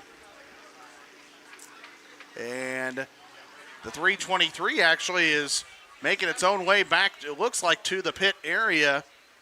So glad to see that. Maybe don't have to tow it a whole lot as it gets back to the pit area, but we starting to see the Unlimiteds. We see the Bucket List Racing, the Beacon Electric. We see the Mercury's Coffee being lowered in. We see the Goodman Real Estate being lowered into the water as well. So what a race here. I'm going to hand this headset to my dear friend Brad Luce. And Brad, let me tell you what, the Unlimited's got something to do after that, because that was a great race there in Pro-Lite Heat 1. It was a good run in there for the first heat of the Pro-Lites. I actually thought Rob Betke was going to get him there at the end, and he made a run there. I think it was lap 2, and then he backed off a bit, but he had his sights set on the leader the entire time. Good competition in that class. I like that one, Brad. I was telling Jordan I saw some things I liked. Smart driving by some drivers. I saw improvement from Betke's boat. I think it likes the smoother water better than the lumpier chop yesterday here in Madison. And that water, Brad, that kind of gets a little soupy. So, Brad, you will have the call on the H1 Unlimited YouTube channel for Heat 3 of H1 Unlimited. Brad will have the play-by-play. Folks, you've heard enough of me on the stream. Here's 2006 APBA Gold Cup champion, John Theoret. Jeff Ayler, great job as always. Mr. Ayler, thank you. Yes, he hands the Good morning, head. Mr. How Brad. you doing, John? I'm good. What did you do last night? Did you behave yourself? I always behave. Attaboy. Attaboy. That's what we always say when we get on the pipes here. Wow, well, there goes your buddy's boat right there into the water. The Mercury's.com, Miss Mercury's Coffee. Yeah, that thing's looking good. It is looking good. And we were having a conversation this morning about national high points, and I got the rundown of the points. Now, it's skewed a little bit because we're doing this round robin format. Yes. And so you've got boats that have run or had more opportunities to run than other boats. We had 2 boats that only ran once yesterday. We had 3 boats that ran twice. So our national high points are skewed a little bit, but I thought you might enjoy this here. I put it here for you. Our boat number 1, J. Michael Kelly, is our national high points leader. Okay. Believe it or not, despite the DSQ yesterday. And this one right here, we're talking about the U11, the Mercury's Coffee. They are in third place, yet they only ran once yesterday. So they have to be very, very pleased. Exactly. But keep an eye on that guy, that boat number 4. Yeah, exactly. I thought it was interesting, and I wanted to ask you about this, so I'm glad you're here. We saw Andrew running in a test session this morning. He seemed to be running wide, for lack of a better term. He seemed to be running on the outside. Would that be then indicative maybe of what they want to try and do, see if they can't set it up for a quick outside run and drive around everybody? Maybe, but it's hard to say. I know they had fuel problems yesterday, so I think the main goal was to make sure that problem was solved. But it may be indicative or not. You never know. You never know. We did see J. Michael Kelly go out after the unfortunate situation with the data recorder yesterday, but you can't take away the start he laid on the field. No, that was a perfect start. He talked to our Erica on the pipes here, and the comment was made that he said, if I can get a start like that, that will certainly help. It almost looked like the... Oh, let's throw it down to Erica. We understand she's got something. Erica? Guys, I was chatting with Jamie Nilsson about this tricky course, and he said every time you think you have the Ohio River figured out, it can jump up and bite you. He described it as challenging as they come. He believes the key to maybe mastering it is to have a boat that you can drive hard and be able to put in any lane around this river. Coming into the weekend, he admitted he and the team had some handling issues, but they've since been resolved and is much happier with the Mercury's.com boat. The U11 driver and the team are eager for today's heats and final, and Jamie said they just need to keep putting their best foot forward and things will fall into place with a little luck as well. Let's see if all the hard work will pay off here today, guys, for this caffeine-powered boat. Thank you very much, Erica. I like that caffeine-powered boat. Yeah, I know you've got a caffeine-powered co-announcer with it. I don't do much without my coffee. I got to have a good cup of Mercury's coffee in the morning.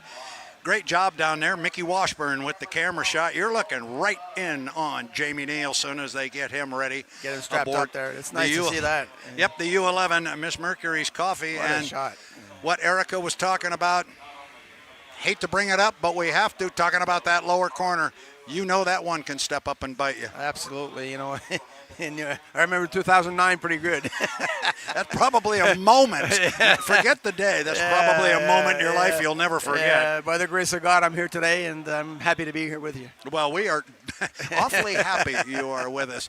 And we are inside 5 minutes to the 5-minute mark for our Heat 3 for H1 Unlimited.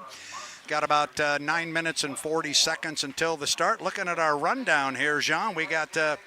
that 5 boats, the 40, the bucket list there, he's got to do something good there. Yeah, he needs a good run, and we heard Erica catching up with Dustin. He was saying that just about 10, 15 minutes ago, he was saying that their boats just doesn't like this narrow course. They like they like to really wind courses, that bright orange one up. So, but they're happy with what they've gotten. They're not to be counted out. Let's put it that way. You know, they always qualify so well. They do. So let's take a look at our field. We've got the U91 Andrew with a 3rd place finish yesterday. He is going to be driving the Miss Goodman Real Estate, the boat owned by the citizens of Madison, Indiana. We know who they're cheering for. Yes, absolutely. You know, the local boat. The local boat. So the local boat is the local favorite. Going to be joined by the bright red U1 Beacon Electric and J. Michael Kelly. Bucket List Racing, the Tennessee Orange with Dustin Eccles that we were just speaking of. And as we just saw, Jamie Nielsen getting loaded into the MissMercury's.com hydroplane. Great shot there from the drone. I guess if you go stick your hand out there on the overlook on the right of the screen, they could see us somewhere. But Jean and I are there on top the overlook there on the right side of the screen. We're in the shade there. Yes, we are white in the top shade. There, we're all good. You look real close, you'll see on the left side, you'll see some guy out there with a camera hanging out. That's our boy Gio. He's out there. Doing a great job there. He's shaking his head at us now. We got him thinking there. now. We got him thinking, you know. Please, I've decided we're not going to tell him about the air conditioning unit that we got set in here for us that just misses him. He's up there in the sun working hard, you know. Get a good strapping young man out there to handle that camera, but he's doing an outstanding job. There's our other camera person, Mickey Washburn. Look at that shot. That's amazing. You can see him blinking his eyes. Exactly, with a mask on. That's a great view there. That is good. It helps our fans understand all the complexity of getting into one of those things. Yep. And, you know, along that line, I'd like to take the opportunity to thank the board of directors of Hydrotown, which has taken over the marketing and PR side of H1 Unlimited Racing, because without them, we had no equipment coming into this season to do this live stream. And they stepped up. All this equipment that is behind us here was pulled together, and we put this Crackerjack team together, and here we are. And cameras like that, of that quality, getting that kind of picture, that's the end result. We just saw Jamie asking his crew to adjust his mirrors. I saw that. And giving a thumbs up and giving instructions, you know, so that's pretty cool. And he does that because he expects to have all the boats in his rearview mirrors. He wants to see how bad he's whipping up on these guys. 6 minutes and 45 seconds to the start, 6:45. Boats cannot come out on the Ohio River. There's a great shot. You get to see all 4 of them, bucket list over on the far right-hand side of the screen. Boats cannot leave the pit dock until the 5-minute mark. When they do, they have to come out and stay the way they're facing, go to the right, and go all the way down around the lower end of the race course. And Jean, when they come up the backstretch, they can't cut the race course. They have to go all the way up to the top end and come around and complete a lap. You weren't up here this morning, but I made a comment that I would be interested to see in this heat. JMK in his 2 heats yesterday was able to grab the inside lane. Yes. But he did it with the same procedure. Yes. He came out, went all the way around, cross start finish, cut to the inside, and then defended the line. Exactly. You know, I'm assuming this is how this works, but if you know your competitor is going to do the same thing over and over again, it's pretty easy to come up with something to combat it. Exactly. I'm anxious to see what Mike comes up with here. I don't think he'll do the same thing. Well, maybe, you know, you'll see the same strategies until the final heat. Yep. Then it may all change in the final heat. Yeah, and I've always said that. This is great. I get to try all my lines on you. You can tell me if they're right. I've always said if you've got that killer move, you don't show it until the final Exactly. heat. You hang on to that one. Yeah. But as long as it's working fine, you know, keep doing it. Yeah. So the lid is down now on Dustin Eccles in the U40. And as we spoke yesterday, if you look to the back of the boat, you'll see a crew member there on the back of the boat, on the dock, holding on to the top of the fairing as they're getting ready to come out, as we're inside now 10 seconds to the 5. The rule now says a crew member must have a hand on that boat at the 5-minute mark. Well, here we go. There we go. And looks like first away from the dock's going to be Jamie Nielsen and Andrew Tate. Great drone shot there as they come out. Dustin's away. Mike's away. Time to go racing, John. Well, Andrew is going to be out first there, so. Yep, he's going to lead him Guess down. where I think where he's going to go. Yeah, look at Mike. Look at Mike. Yeah. Mike says, no, I'm off to your left. Yeah. I'm right here. Just That's like Jeff Ayler. Are they behaving? Yeah. You have to ask Jeff that question. He likes that one. Well-behaved hydroplanes. Those are the best kind. So we'll watch this now. JMK did the same thing yesterday. Same thing. And he cut the course as soon as he came across the start-finish line at the completion of the first lap. We'll see if he tries something different. And we all know Jamie Nielsen has got a knack for grabbing that inside lane. We'll see how that works. And this is that new start procedure. Next up is the boats have to complete this lap, and then they have to keep their boat behind the start-finish line buoys at the 1-minute 30-second mark.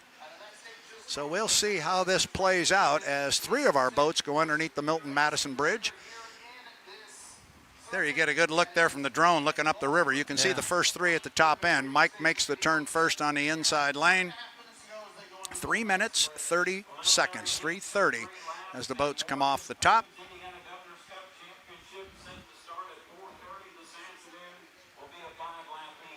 So now they're going to come down under the bridge and they'll come down to the start-finish line. Let's see if Mike does what he did yesterday. He's in position to do it again. I didn't check the time Mike cut the course yesterday, but remember the 80-mile-an-hour rule is out the window. They can cut the course right after the start-finish line here. He can go here. Is Mike going to go? There he goes. There he goes. Just like he did. Anybody going to go with him? Andrew says that worked for you. We'll see if it works for. And there goes Jamie. Yeah. Now we'll see what Dustin decides to do. Dustin's going to go all the way down.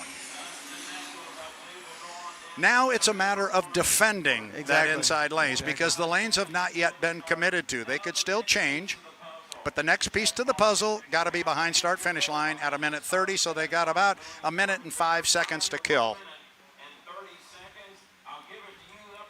I like where Mike sits if he wants the inside lane, but if lane 2 is the place to be, Andrew's in it right now. Exactly. But a lot can change. But Mike did the lane 1 yesterday in the second heat, and it worked out real fine for him. As my good friend Jean Theoret told me yesterday, that lane 1's okay if you wire the start like he did. Exactly. They're just side by side there, JMK and Andrew. During the warm-up period, there is a 5 boat length overlap rule before you're going to leapfrog somebody. Look how tight they are up there.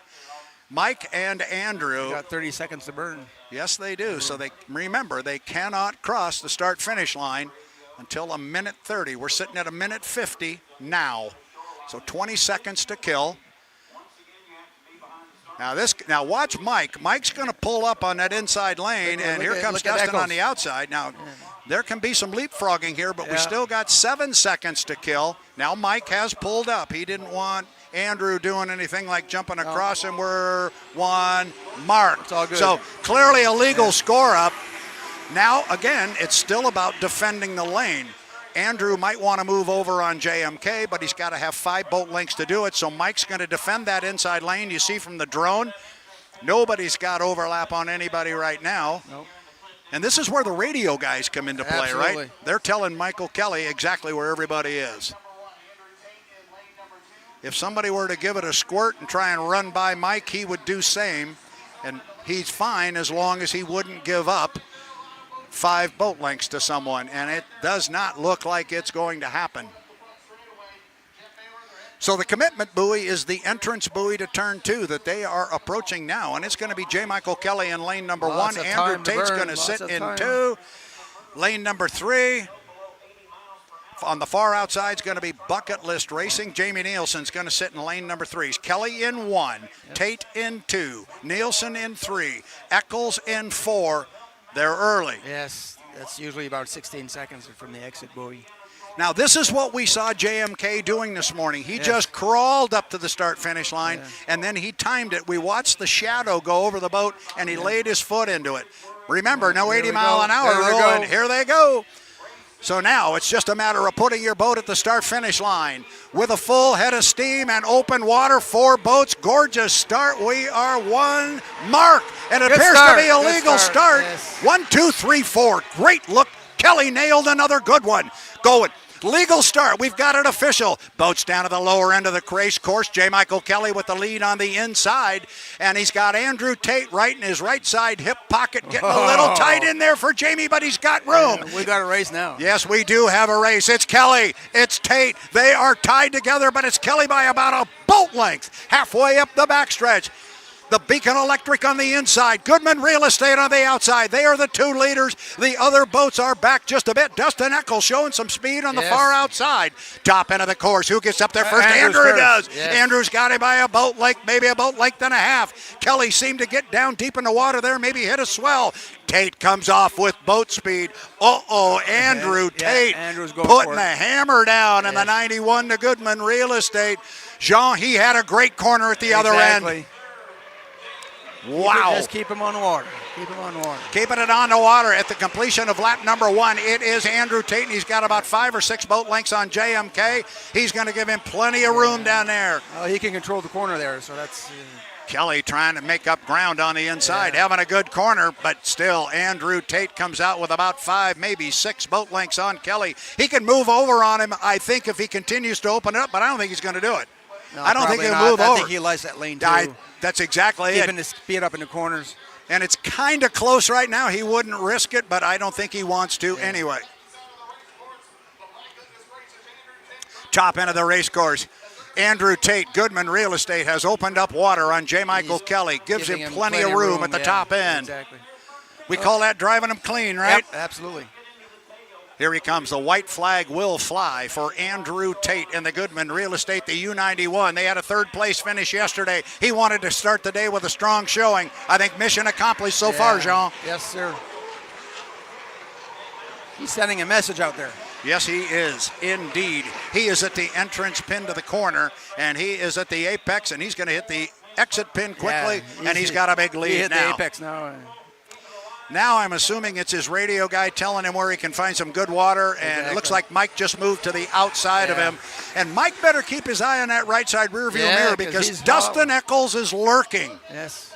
So we might have a race for 2nd place here. Dustin Eccles is making a move in 3rd place on J. Michael Kelly. I got a hunch he's going to run out of real estate, but he's going to give it a run. If he'd have one more lap, it'd be okay, but not enough left. This is it. This is the checkered flag lap. We see it is being held right below us. Andrew Tate with a solid performance here in our H1 Unlimited Heat 3. And if everything stands like this on the water, it is going to go to Andrew Tate. He comes down. He's under the bridge. The U91, Goodman Real Estate. First Andrew place. Tate, Yes. 1st place on the water, and it was dominant. 2nd place is going to go to J. Michael Kelly.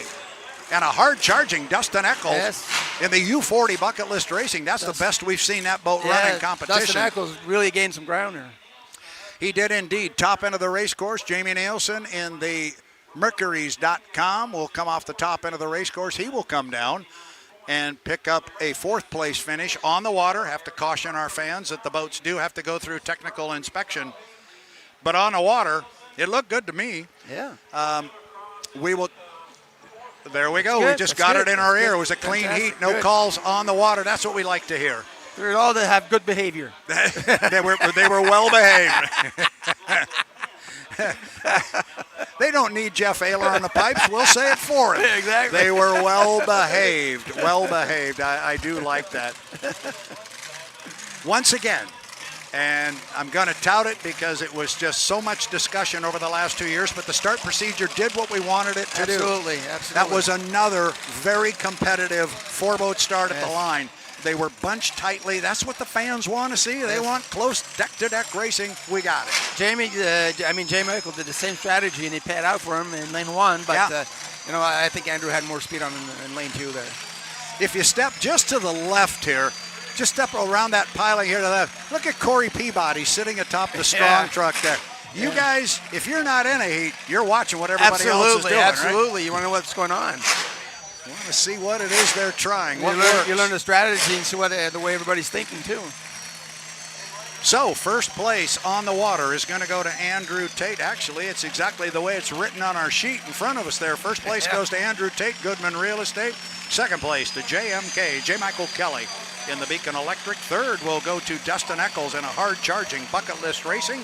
And Jamie Nielsen will come home in fourth in the Mercuries.com. Last boat back to the dock, and it is back now, is Jamie Nielsen. I just love the look of that Mercury's coffee hydroplane, the black and really the red. nice. So good to have Really those. There's stands a out. good look at it right there as Jamie pops the lid. That's our Cracker Jack live stream team listening to what we're saying and jumping to the camera shot of that boat. So good job. They're doing a great job. So that means we're supposed to talk about the Goodman Real Estate. We're learning, John. We're going to get this. Does Andrew have a smile on his face there? Yeah, I'll bet he. Oh, and here's our Erica Allreed was just off the camera there to the left. And little debrief there between Andrew and his crew. And he will now walk down the dock. I think he's going to give a high five to a couple other crew members, or maybe he's going to go back and talk to Mike. You never know. And so Andrew Tate's going to, there's Erica Allreed right there. Looks like, yep, she's just about got him. She will give us thumbs up when she's ready. Our team behind us, Jean, will tell us when she's ready, but I think that's going to be a very happy Andrew Tate. He should be.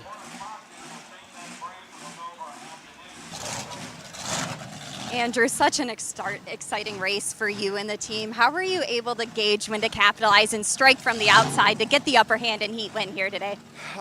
Lane one's tough here. We knew that all along. We saw Mike testing there.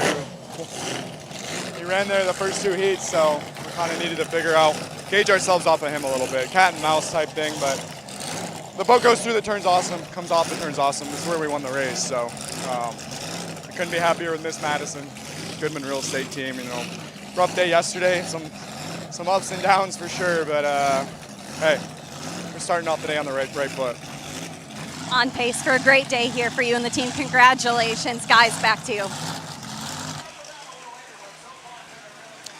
Thank you very much, Erica. And I was just asking you when we pointed out Corey Peabody that was watching the heat and all that. Andrew Tate just referenced the fact that he was watching Mike test this morning. He saw the same thing I did. He was pinning the thing in lane one. Yeah, and we were just talking before the heat about Andrew's testing this morning. Yeah. He was out in lane 2, lane 3, and I'm sure that's what they were testing, and probably they had the right gears and everything to do it with high speed on lane 2. And you must know something about this racing, because I heard him say lane one's a tough place to be. You've been saying that for 3 days. Maybe we found the right guy as a color commentator here. Well, you have the good boat and a really good start and the right speed, I think lane 2 is the perfect place to be.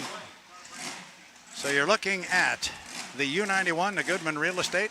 I don't know how many fans are here, Jean, but I'm going to make a wild guess that 98% of them are pretty happy with that. I'm sure they are. Hometown boy. That's it. But that's what's great about this race and this venue and this community. This is the 74th time they've run the big boats here. These people know their boat racing, number one, and they are passionate about it. Yeah, I was here last night for the fireworks, and it was packed. Really? It was packed here, It's amazing. The people here really love everything they're doing here. The organization is doing a great job. I was in bed. You were in bed? I was sleeping. That's true. You're a bit older than me. Oh, ouch. Oh, man. That is good stuff right there. And with that, young man, I'm going to check the schedule. Okay. So let's see what's going on. And next up is our Grand Prix heat. We're going to have Grand Prix Heat 3A. It's slated to come off at 12 o'clock. Let's see where we are on the schedule. Oh, it's 11:44, so H1 Unlimited was supposed to go at 11:30. We are staying right on the schedule right now. So coming up, scheduled at least, is Grand Prix Heat 3A. That's scheduled for noon. Then at 12:30, Grand Prix Heat 3B. And then before we break for lunch, Jean, we're going to do this again at 1 o'clock with our H1 Unlimited Heat 4. There's just a boatload of action going to be on the Ohio River. And I know that's what Jake McCormick and his crew here and the board of the Madison Regatta have been trying to do. They got to keep boats on the water. Yes. That's what we want. The fans want to see racing. And we've got a beautiful day. Look at the flags. There's no wind. We can't ask for anybody. And the water conditions, there's no wind. And I'd love to be able to tell you it's not going to get any warmer than it is right now, but it just might. Yeah, we can't complain. You can't complain, not at all. So a good day of racing so far, and we are just getting started. That's our first heat of H1 Unlimited. I'm going to let you take off, young lunch. man, and go down and have a conversation. See you soon, my and friend. maybe a cup of coffee with your buddies down there at themercuries.com. He is John Theoret. He will be back for H1 Unlimited Heat 4, 1 o'clock, young man. That's when the boss says be here. Jean Theoret, what a pleasure it is to work with that champion of H1 Unlimited hydroplane racing. And the only thing that he can do better than drive an H1 Unlimited hydroplane is maybe handle a Grand Prix hydroplane. He is legendary in that class. So another good heat as the Beacon Electric is lowered slowly onto the trailer there. Everybody is out of the water with the exception of the Mercury's Coffee. And if you've noticed, both Jeff Ayler, when he talks, and myself, we're referring to the Mercury's Coffee, the Miss Mercury's Coffee, as that during our racing, but also the MissMercuries.com perfect camera angle right there. As you see, Mercuries.com on the air scoop, bright red with the white lettering on the side. Mercuries.com, Mercury's Coffee Company, our brand new sponsor that we were talking about a lot yesterday. Great group of people, great family, and they are all here. So what we'll do now, the results are unofficial, but they are official on the water, as we heard from H1 Unlimited. John and I did in our ears. The racing on the water was clean. Now it's just a matter of putting the boats through tech inspection. They're going to try and do that as quickly as possible. I will come back on as soon as we have information that specific boats or particular boats have cleared the tech truck. But we'll take this opportunity to step away for just a moment. It is the 2024 Madison Regatta and the Indiana Governor's Cup. Brad Luce here in start finish. We'll be back in just a moment.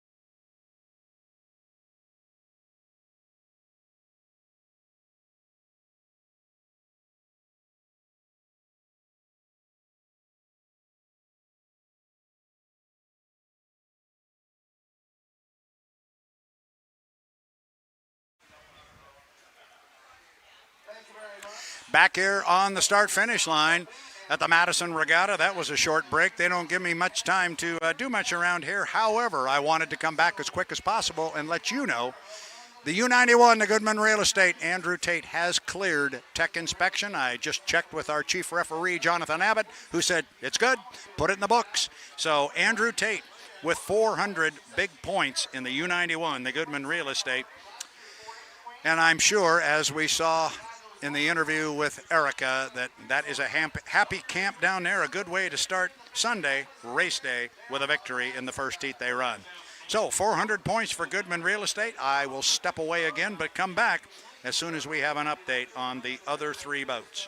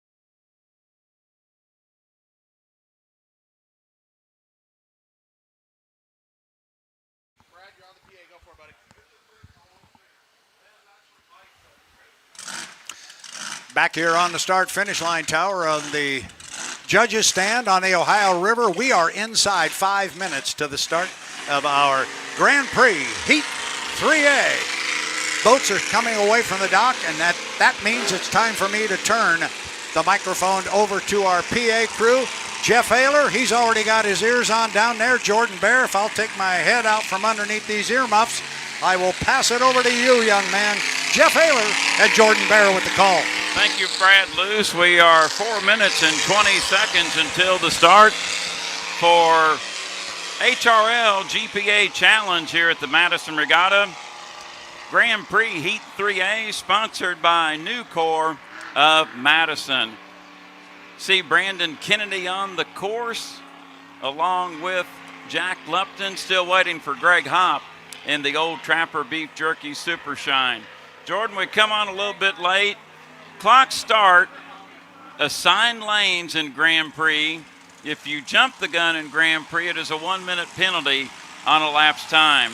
1 1/4 mile race course, the First Financial Bank Wild Bill Cantrell Memorial Race Course, as Greg Hopp just leaving the pit dock in the Old Trapper Beef Jerky.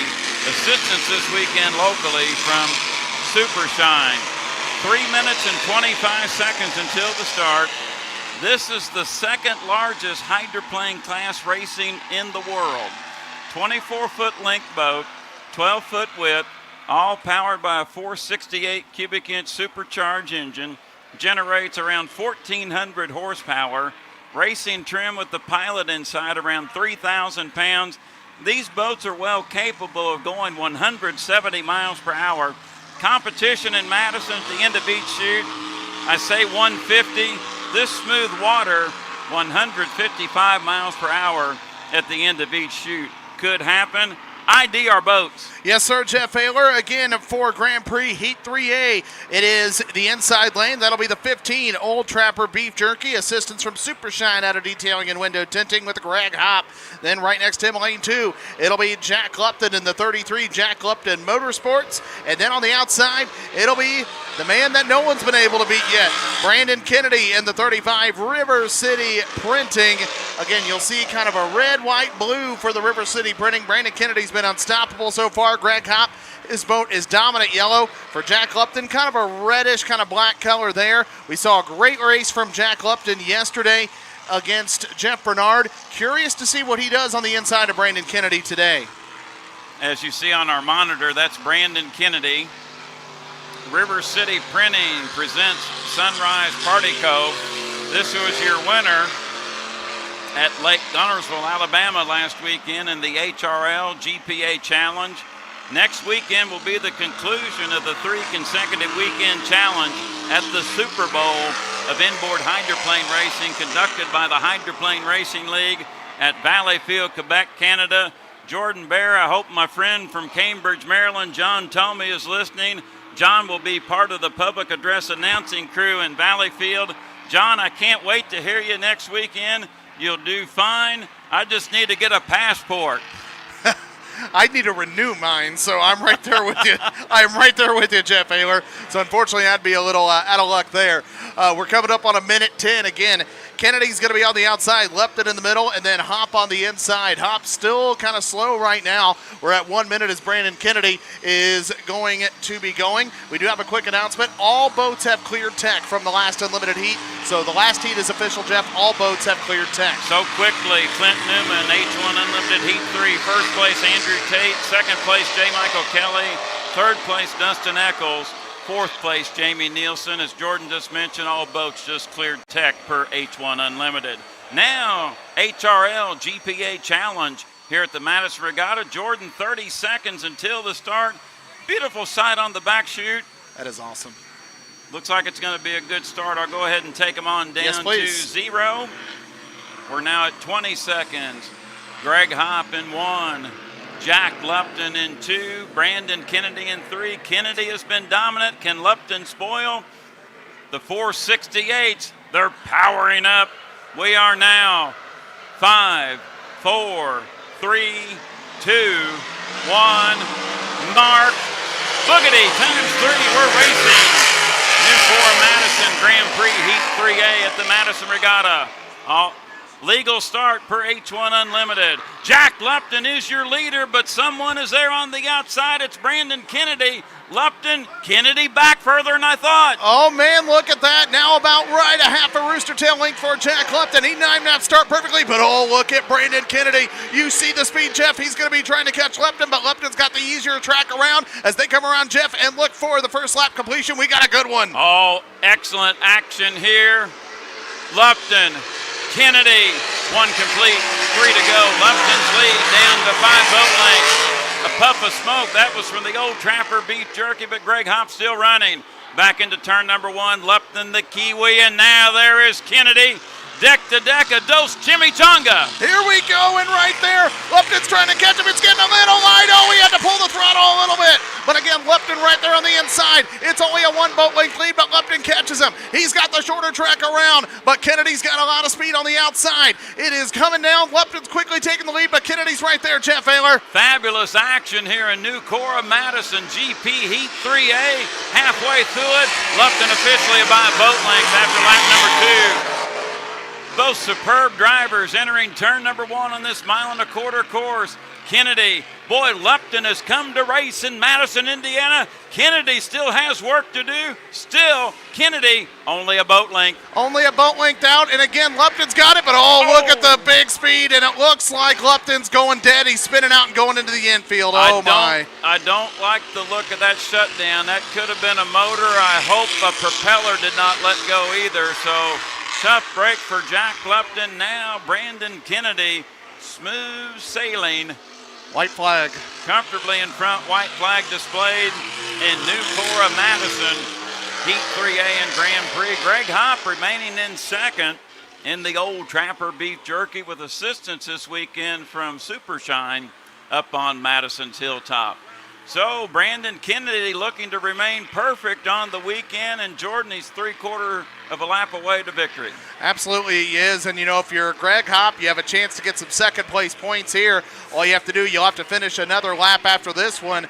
But what a run by Brandon Kennedy, man. We were watching a doozy of a race between Jack Lupton and between Brandon Kennedy. Lupton had him on the inside. Kennedy had a lot of speed on the outside, but unfortunately you saw Lupton as soon as he could go around. As Greg Hopp will bring the white flag. Here comes Brandon Kennedy. Final turn, final lap. Here is your winner out of Newark, Delaware, driving for Ron and Sandy Thompson. It's Brandon Kennedy.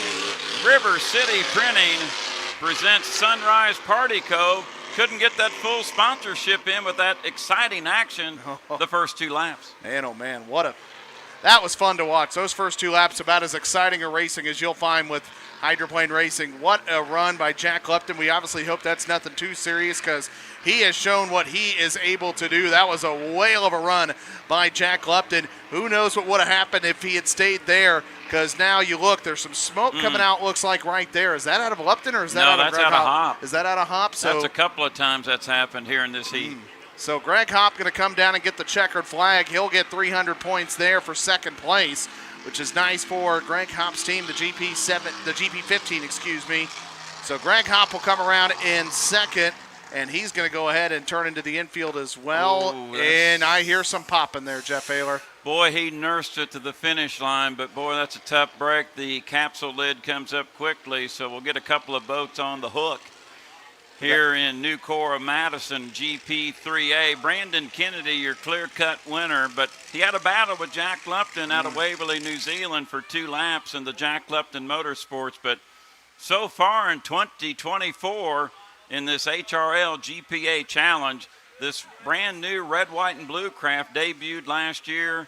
Brandon Kennedy driving for Ron and Sandy Thompson out of Bel Air, Maryland. This is a sweetheart Grand Prix boat, and if Jean Theoret was nearby, I'm sure he'd like to get a crack in this one as well. Oh, man. What a run by Brandon Kennedy. He has done quite well there for himself. Kyle Bipes and River City Printing, I'm sure they're enjoying that as well. But again, unfortunate. Hopefully what's going on with Lupton and Hopp is nothing too serious. Kudos to Greg Hopp being able to finish the race. He did get a second-place finish and then immediately turned into the infield. Right now, boats are being towed. I don't know if they'll keep him in the infield or not until the next race is over, because we have the next group of Grand Prix that are already in the river for Grand Prix Heat 3B coming up here momentarily. But again, we obviously really, really hope everything's okay with Jack Lupton and Greg Hop's boats there. Jordan, my friend John Tomey was watching from Cambridge, Maryland. John, I was kind of concerned the way Lupton shut down. I didn't know maybe you could shoot me a text and kind of give you what you saw on the streaming with H1 Unlimited provided by YouTube. But, boy, when they shut down quickly like that, I'm going to go ahead and say probably a blown engine because it kind of had that erratic-looking rooster tail and shut it down real quickly. He pulled it into the infield trying to stay out of the racing lane. So, tough break for Jack Lupton. It's pretty obvious that the Old Trapper Beef Jerky Super Shine had a motor problem here in the 3A, sponsored by Nucor Madison. But Greg Hop, a savvy veteran driver, he nursed it to the finish and got the points. But now the issue is, how's that big 468 under that yellow cowling? Exactly. You know, we saw smoke, you said multiple times there during that race, and we obviously hope everything's going to be good to go. Obviously, they'll get it back to the pit area. We look now and see Jack Lupton being towed back to the pit area. He's looking down at his craft right now. Sorry, Jordan, announcement in the pits from Kenny Washer with the Madison Fire Department. A reminder, no smoking in the pit area. Also, too, you must have on closed-toe shoes. Everyone in the pit area, please cooperate with Madison Regatta. No smoking, and please have on closed-toe shoes. Thank you for your help. Yeah, it's been the same rule every year, but we got to do it because some people every year try to test it. But some simple safety stuff there for everyone in our pit area. So we see Lupton again being towed back in. Well, I think we got the answer. I was kind of worried maybe a prop let go off that boat, but it's looking settled nice in the water. Unfortunately, on the tow rope, you see Jack there at the front of the capsule. And, well, it's a tough break. This boat was running real well here. They've had trouble with this boat since it came out last year or 3 years ago. And Jack has always posted about this boat saying, we can't get this boat to corner right. Well, being just a fan of the sport and looking up here at the German-American Bank judges stand, I think it corners pretty darn good. My goodness gracious. I mean, man, you saw the turns that it was making there. And, I mean, Kennedy was working hard. And who knows if Kennedy would have held on in that race had he not broken down. Because Kennedy was kind of getting him on that first turn. But then on the backstretch, you saw it really on this second turn down here on the other side of the race course is really where you saw Lupton picking up a lot of ground. And he was actually leading him after 2 laps. You saw Kennedy, again, kind of having a boat length lead up, and then it was about halfway up there when you saw the speed tail off and then him go into the infield because of the issue he has. He has now been towed back to the docks, the Red Ball Recycling docks here, so good to see. Hopefully we'll get good news out of the 33 field. Of course, Greg Hop now being towed back as well in the 15.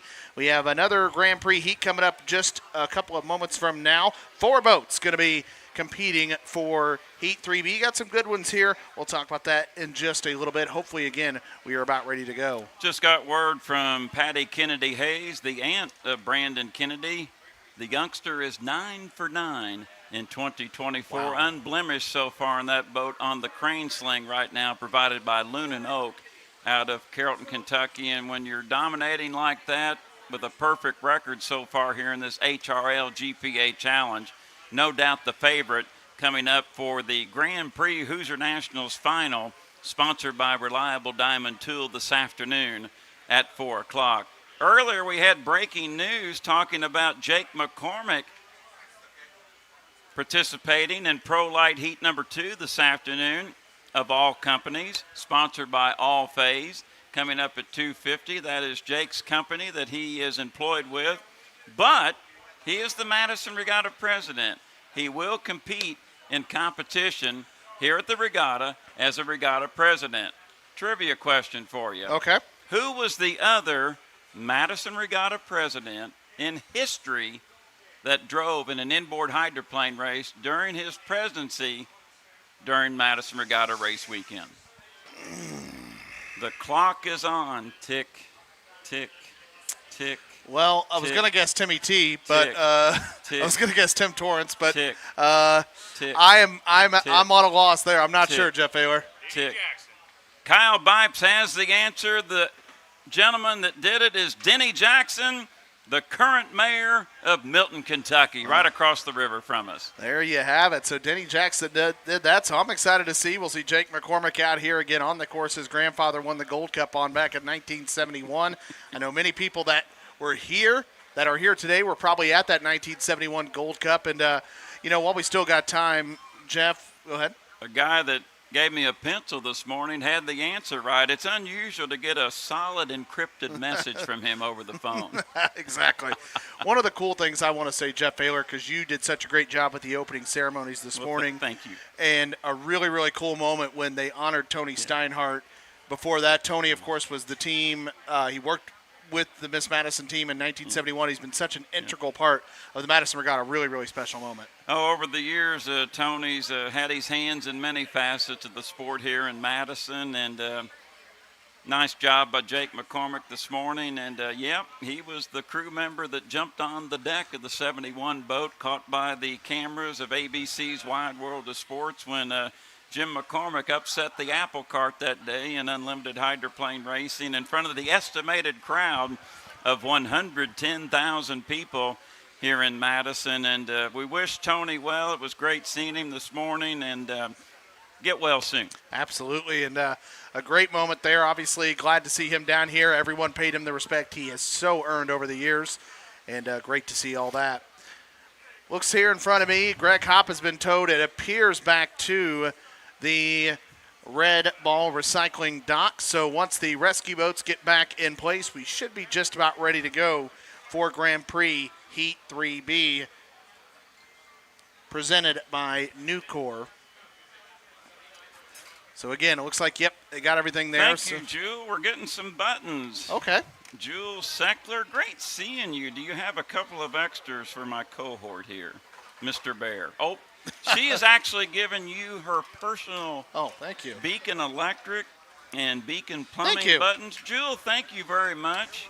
Great to see you. And Jewel's husband, Jim Seckler, is part of Strong Racing. And Jim is so synonymous in 1-liter racing. My goodness, you championship galore, records. Dan Canfish, his primary driver. You remember in Kent Island, Maryland in the early 2000s when I was starting to travel and cover inboard races, your driver was Steve Lynn, and then transferred to Dan Canfish and that one boat. My goodness, heat win after heat win after heat win. 11 national championships on that boat. Now Dan Canfish's son, Fast Eddie, is here this weekend. You got Sean Bowser got a second to Dan, so he got plenty of silver medals. But Fast Eddie is here this weekend. Speaking of Dan Canfish, he's still active in the sport, but not as a driver, but helping his son Eddie in inboard hydroplane racing with HRL and APBA, and he's taken up this game called golf. And oh boy, from what I've seen and what he posts, he's pretty good at it. But you know what? I do have a career hole-in-one, by the way. Do you really? Yes. I do too in putt-putt golf, not regular golf. I hope my friend in Indianapolis is watching and listening, David Lee. David, good afternoon. And went up to Indianapolis. It was 1997. We were going to the Fort course before the Brickyard 400. And hole number 17, it was the best 3-iron I ever struck in my life. I think it was only about 7 feet off the ground. It rolled and went and went and went and bobbed and weaved. Went in the hole, and somebody over said that went in. I couldn't believe it. We got up there, and it was in the cup. Yeah, see, when it comes to my golf swing, it hole-in-one. If by hole-in-one you mean hit it in the water several times before I say words I can't say on here, and then just pick it up and throw it to the green, that's what my hole-in-one is. I'm not a golf person. It's just not my thing. It's never really clicked with me. I know a lot of people do it. My older brother and younger brother love doing it. My sister-in-law golfed at Franklin College, was a sectional champion at Shaw Memorial back in 2016. But golf is just not my thing, Jeff Ayler. Unfortunately, that day I still shot over 100. Well, just say you got the hole-in-one. You don't have to say that other part. Just say you got the hole-in-one. We got to get back to activity. Yes, we do. We got a clock countdown happening. Yes, we do. It just got put on our screen here. Looks like we got 5 minutes, 35 seconds before Grand Prix Heat 3B, sponsored by Nucor, here on the First Financial Bank Wild Bill Cantrell Memorial Racecourse. Jeff? Jordan Bear, thank you very much. I'll bring them down to the 5-minute period for New Corps of Madison, Heat 3B at the Madison Regatta. 4 boats set to go. Coming up on 5 minute 10 seconds. And we'll bring you to the clock countdown to the 5-minute period in 5, 4, 3, 2, 1. Mark. 5-minute period has begun for New Corps of Madison GP 3B. Drivers, crank them up.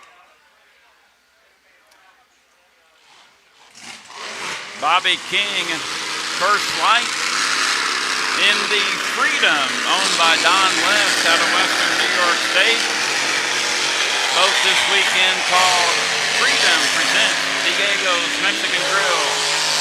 Jeff Bernard out, followed by Kent Henderson, waiting for Kevin Ekrit in the Charger. Part of the Richards Racing Camp here this weekend at the Madison Regatta. Jordan, 4 minutes and 20 seconds until the start. Our fans watching worldwide can see him at H1 Unlimited via YouTube, but let's let our guest here at the Madison Regatta know who is in GP 3B. Thank you very much, Jeff Haler. GP Heat 3B in lane 1. It'll be the 71 Miss Liberty in a can, Kent Henderson, driving at that boat. Lane 2, it'll be the Freedom presents Diego's Mexican Grill, driven by Bobby King.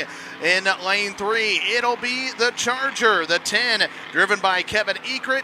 While lane 4, that'll be the Dam Family presents Bad Influence, Reliable Diamond Tool, the 79, driven by Jeff Bernard. Of course, that's the orange with checkered flags coming down here in front. That is the Freedom, or excuse me, that is the 71, driven by Kent Henderson. Kind of some red and white there.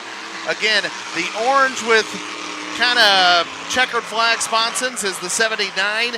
Coming down here, the Charger, it's the red and black. And then, of course, the Freedom, Diego's Mexican Grill, red, white, and blue. You just don't like saying that 79 name. The Dam Family presents Bad Influence, Reliable Diamond Tool, and sorry for our fans along the shoreline and watching online. The Dam Family has been with Mike Grindell for several years. They're located under the dam tree along the shoreline, and they're having a big damn time. Oh, absolutely. They're having a big damn party, no doubt about that. And they are rooting on Jeff Bernard. Jeff Bernard, a victory yesterday, and then a second-place finish. Of course, Bobby King took him down yesterday in that last heat of the day. So he is on the inside lane again because Jeff Bernard going to be on the outside. Plus, you'll have Kevin Ekrit on the inside in between both Bernard and King. So curious to see how this will go. And then, of course, Kent Henderson. We know how good the 71 is. Winners last year in Valleyfield as well. So watch out what the 71 can do from lane 1, Jeff, as we're at 2 minutes, 20 seconds. No doubt, capable boat, Jordan. Good analysis there. If that 71's got a humming engine provided by Mike Gebline, the chief wrench on the 71, they could be tough to handle. We'll see how it plays out here. 1.25 mile course, 4-lap heat, clock start format. Lanes are assigned. If you jump the gun at the start before the clock strikes 0, that's a 1-minute penalty on your lapse time, and that takes you away from the checkered flag. But Jordan, going back to this lineup, Henderson is tough in lane 1. In Liberty in the can, the wild one, but they've not run up to par here this weekend in Madison. The interesting thing I like about this, Bobby King has got a boat. Freedom presents Diego's Mexican Grill.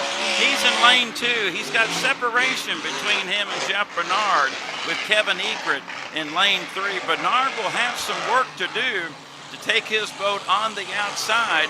Can King survive the heat with a good start, good boat? Is that shorter real estate of travel going to be critical in this heat? I think it's going to be fun to watch. I think it is, too. I mean, you got really, really good boats out there. This is, to me, could be one of the highlights of the week. And we see a cut here, right here, and that is interesting with that, but maybe they're worried about timing. So, interesting move there by Henderson. I guess we'll wait and see. That was just timing there by Bobby King. Yeah, Bobby King. So, I guess we'll wait and see, but now Jeff Red under a minute. Jordan, take him up the back chute, 50 seconds until the start for New Corps of Madison Grand Prix Heat 3B at the Madison Regatta. Absolutely. Again, Ken Henderson in lane 1 in the Liberty of a Can. Right next to him is Bobby King, and the Freedom presents Diego's Mexican Grill. Lane 3, Charger Kevin Ekrit. And at lane 4, the Damn Family presents that Bad Influence Reliable Diamond Tool outside in lane 4. All slowly creeping up here. We're at 25 seconds until the start of the race. Again, you jump the gun, it is a 1-minute penalty. So they're going to be going around the entrance pin of turn number 2. All 4 boats right there. They're speeding up. Jeff Baylor bringing to the start. Thank you, Jordan. 12 seconds away. Beautiful alignment here. New Cora Madison GP3B. We are 5, 4, 3, 2, 1. Mark. Boogity times 3. We're racing. It appears to be a clean start in New Cora Madison Grand Prix 3B. King and Bernard was there. Lane 2, lane 4. Legal start, and they're off the corner. Diego's and Bad Influence. Dos Chimichangas. Dos Chimichangas indeed, and look at Jeff Bernard. He's got about a 1 boat length lead. Oh, but look at Bobby King. He's pulling even with him, and he's got the shorter track around, but Bernard's got a lot of speed, Jeff. They go into the entrance pit at turn number 1 and try to complete their first lap. What a whale we got so far. Off the turn, beautiful action here. King to the inside, Bernard to the outside. 2 of the best in the business, and Bernard flies. That's Damn Bad Influence. Damn Family Bad Influence as they work into turn number 1 once again. King is holding tight on the pins. Beautiful dueling here in 3B, presented by New Cora Madison. King, your leader. Where's Bernard? There he is. There he is right next to him, and what a race we got right here. They are deck to deck right now, but King's got the shorter track. It is less than a boat length lead as they glum around and get ready to complete lap number 2. Again, King's got the shorter track around, but right there, Jeff, is Jeff Bernard. He still holds on to the lead. We're coming down to the halfway mark, and Bernard has went dead in the water, and he's went well outside the course. So King will pick up the advantage, and the Freedom presents Diego's Mexican Grill. Oh, and King just about blew over going into turn number 1. That right sponson was way up in the air, brought it back down nicely. Oh, so man. Second place now is the Charger with Kevin Egret, and we have lost Kent Henderson in the Miss Liberty in the can, the wild one, and Jordan.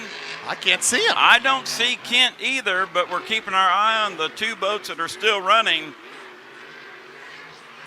And he's over off turn number 1. Thank you, Tana Morissette. So Kent in a safe position will come down to get the white flag. Bobby King accepts it, and Freedom presents Diego's Mexican Grill. Don Less, the owner of the craft out of Western New York State. Ken Brody drove this boat to victory last weekend in Grand Prix up in Brockville, Ontario, Canada. Bobby King got the keys this weekend at the Madison Regatta. Kevin Egret in second in the Charger with 1 lap to go, and the queso is hot in the 50. It is, and he's going to be looking, as long as he can just keep the boat on the water, he's going to be looking for the checkered flag as he comes around here to complete lap number 4. And again, Egret wants to keep it there, Jeff, as they come down and look for the checkered flag. Final turn, final lap, checkered flag waving. Bobby King wins New Cora Madison GP3B, and Freedom presents Diego's Mexican Grill. Kevin Egret coming around turn number 2 as well. He's just trying to keep it on and get those second place points. You'll take it any way you can get it, because again, those add up as the day goes on. So Kevin Egret, he'll come down and get the checkered flag. Second place, Jeff Baylor. Unfortunate about Henderson and Bernard. Tough break for Jeff Bernard. That Damn Family Bad Influence Reliable Diamond Tool was running well, but boy, a failure there. And they had engine problems last weekend down at the Southern Cup at Lake Gunnersville. They went through 2 468s. Let's hope a third has not went sour on them, but we'll find out hopefully here later once the boat gets back to the pit dock. Here's your winner, Bobby King, pointing the nose of the 50. Freedom presents Diego's Mexican Grill to the Red Ball Recycling Pit Dock. All hydroplanes are housed in the David Lee Memorial Pits. Our First Financial Bank race course, Jordan and I's position, is atop the German American Bank judges stand here at the 2024 Madison Regatta. And Jordan, I wanted to mention the Charger up in turn number 2. I spoke to crew member Jimmy James last night, and Jimmy says we're taking this craft in baby steps, Jeff, and this boat has tons of potential that finished second here in New Cora Madison Grand Prix 3B, and I like the progression so far here in 2024, especially in this HRL GPA challenge. Absolutely, and you really like the progression it makes. It's getting better and better, and getting a second place finish here is really, really nice. And they'll take those points there. And again, it's going to get better and better as the year goes along. And of course, hopefully going into next week in Valleyfield, everything can get set. Of course, everyone wants to do well up there, but I mean, my goodness gracious! Thank you very much, Erica. No calls on the course. Of course, first place again to Bobby King in Freedom presents Diego's Mexican Grill. The Charger, Kevin Ekert, a second place finish. And unfortunately for Jeff Bernard and Kent Henderson, it is at D and F, as both boats will now have to be towed back to the pit area. Now, this makes this point situation very interesting. Oh, yes, it does. Because of assigned lanes. Now, after the third section, you go by total accumulated points. Brandon Kennedy, no doubt, on the pole, lane number 1 in River City Printing presents Sunrise Party Cove. Did this heat win just put Bobby King in a little bit better lane positioning come Hoosier Nationals Championship heat time? But we got to go back and remember, he didn't start a heat yesterday because of the stoppage prior to the heat. Bernard has a heat that he's not finished, so we'll get the point totals from GP scorer Alexander Ekert as soon as we get those lane assignments for the front row of the Hoosier Nationals Reliable Diamond Tool Grand Prix Championship. We'll pass them along to you as soon as possible. Alexandra does a good job over there, and I think she uses a pencil. Yeah, absolutely. And, you have to. In this sport, sometimes it's always safer to use a pencil in this sport. You really just never do. I was able to at least write down the finishing pen, but I'm going to let her do the point. She's a lot smarter than me. Well, again, a good showing. Unfortunate. Hopefully there's nothing too serious with Bernard and with Henderson. They're going to be towed back here to the Red Ball Recycling Docks. Coming up here very, very shortly, it looks like we are going to have H1 Unlimited Heat number 4. It will be the Bob Hughes Memorial presented by Rivertown Bar and Grill.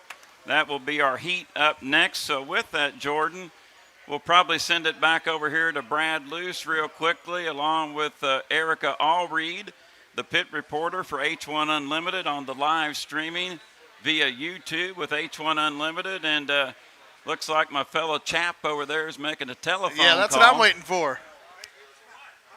Looks like you're ordering lunch. No. Hi, Debbie. Oh. See, when the wife calls, he has to answer. He has to answer that one.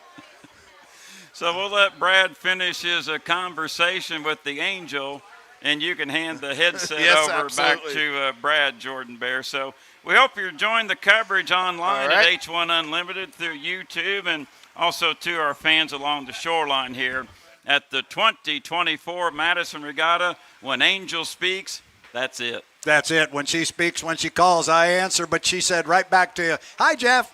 Awesome. So there you go. And, yeah, she's going to try and make it down here today, but I'm not holding up. She tried to come down yesterday, but there were so many people here yesterday, she couldn't find a place to park. And she said she was over by the Madison Boat Shop. Yeah. That was a ways away. So, you mind if we get Brandon? I think I know this guy from somewhere. Hey, bud. We'll go ahead and get him. We're still hooked up here with the stream and the PA. That okay? Yeah, all right. You take him, Jeff. All right. Thank you, Brad. Getting the headset on from Newark, Delaware, a fourth-generation driver from the Kennedy Racing family in hydroplane racing is Brandon Kennedy. You are 9 for 9 in 2024 in this HRL GPA Challenge. Congratulations. It wasn't easy, though, early on. No, it's not easy. I mean, this GP class is just incredibly fast. Yeah. You got some of the best boats in the country here, and it's hard. I mean, Jack Lupton's one of the fiercest competitors out there. I knew he wasn't going to give up, so we were ready to do 4 laps, and I think it's because I was hanging out with the Sunrise Party Cove guys that are sponsoring the boat last night. They gave me a little bit more motivation to go out there and beat Jack this morning. I understand that's a good group up there on Madison's Hilltop. Is that a place I need to visit in the future for a suds? I think so. I think you need to. They're a rowdy crowd, and I think they were supposed to show me some fancy stuff down there in turn 2, but I wasn't looking. Water conditions look pretty right now. Oh, yeah. Yeah, it's real good. On the backstretch, there's some swells that are a little weird to navigate. I was having some troubles with my wing not working properly, so we'll get that fixed up for the final. But this is the best course I've ever raced on in Madison. I like what they did with turn 1, getting us out of that hole, and also getting us closer to the fans down towards the Milton Madison Bridge. That's really cool. That was my next question, and turn 1 obviously is a lot better. Yeah, definitely. Yeah, we don't have any worries of a hole in there. We're going to be going through there smooth. This final is going to be dynamite, I'm sure. The Grand Prix structure with the signed lanes, the points accumulation. Coming up at 3:40 will be the Hoosier Nationals Championship, sponsored by Reliable Diamond Tool, and you're in the lane you want. That's lane 1. Yeah, for sure. We're going to have to hit our start right and try to beat them down there. Not sure who's on my outside, but it's going to be a competitive heat no matter what. Just got to do our job and get there to the first turn first. Well, Brandon, you want to beat everybody on the course and not on the trailer. Let's hope the 79 has not had a big malfunction. But I tell you what, Bobby King in this Freedom presents Diego's Mexican Grill. If he's on your hip in lane 2, this is not easy. No, not at all. He's driving that boat. He's getting more comfortable. He doesn't have as much seat time in it as some of the others, and he is just rocking it. I know. I talked to his mom earlier. He's giving his mom a heart attack, so and I'm sure in the final he's going to push it even harder. Well, one thing I want to ask you before you leave, and we have our winner of a 3B up here mentioning Bobby King. Not only you're a fabulous pilot of hydroplane racing, but you started something new online through the internet, the World Wide Web, the Chasing Tales podcast. Fill us in. Yeah, so me and my cousins, Bobby, Kyle, and Austin, decided let's get us talking, us boat racers talking about boat racing, and we have great sponsors in APBA, HRL, and Grand Prix Hydroplane, as well as River City Printing. And we just get on there and we chat about what the weekend has, some of our insights. Obviously, we see a lot more down in the pit area than the fans do, so you're getting an inside sneak peek to what it's like in all these races we go to. It's been a lot of fun. We share a lot of stories, a lot of good memories, bad memories, and definitely something to tune into on Facebook. We go live Tuesday nights at 8 p.m. or on YouTube. It's outstanding. I've watched some of it. So if you ever want to hook up with me, the signal for internet service on Rikers Ridge is not that fine. So I have to go to the Sunrise Party Cove to join the podcast. Yeah, that might be good. Maybe we got to get the Sunrise Party Cove and you on there from there. That might get a little sideways. It gets sideways when we get Kyle Bipes on there too, but it's allowed. That's what makes this thing fun is we're just on there having a good time. Brandon, great visiting with you. Good luck in the final, but better yet, be safe. Thank you. Will do.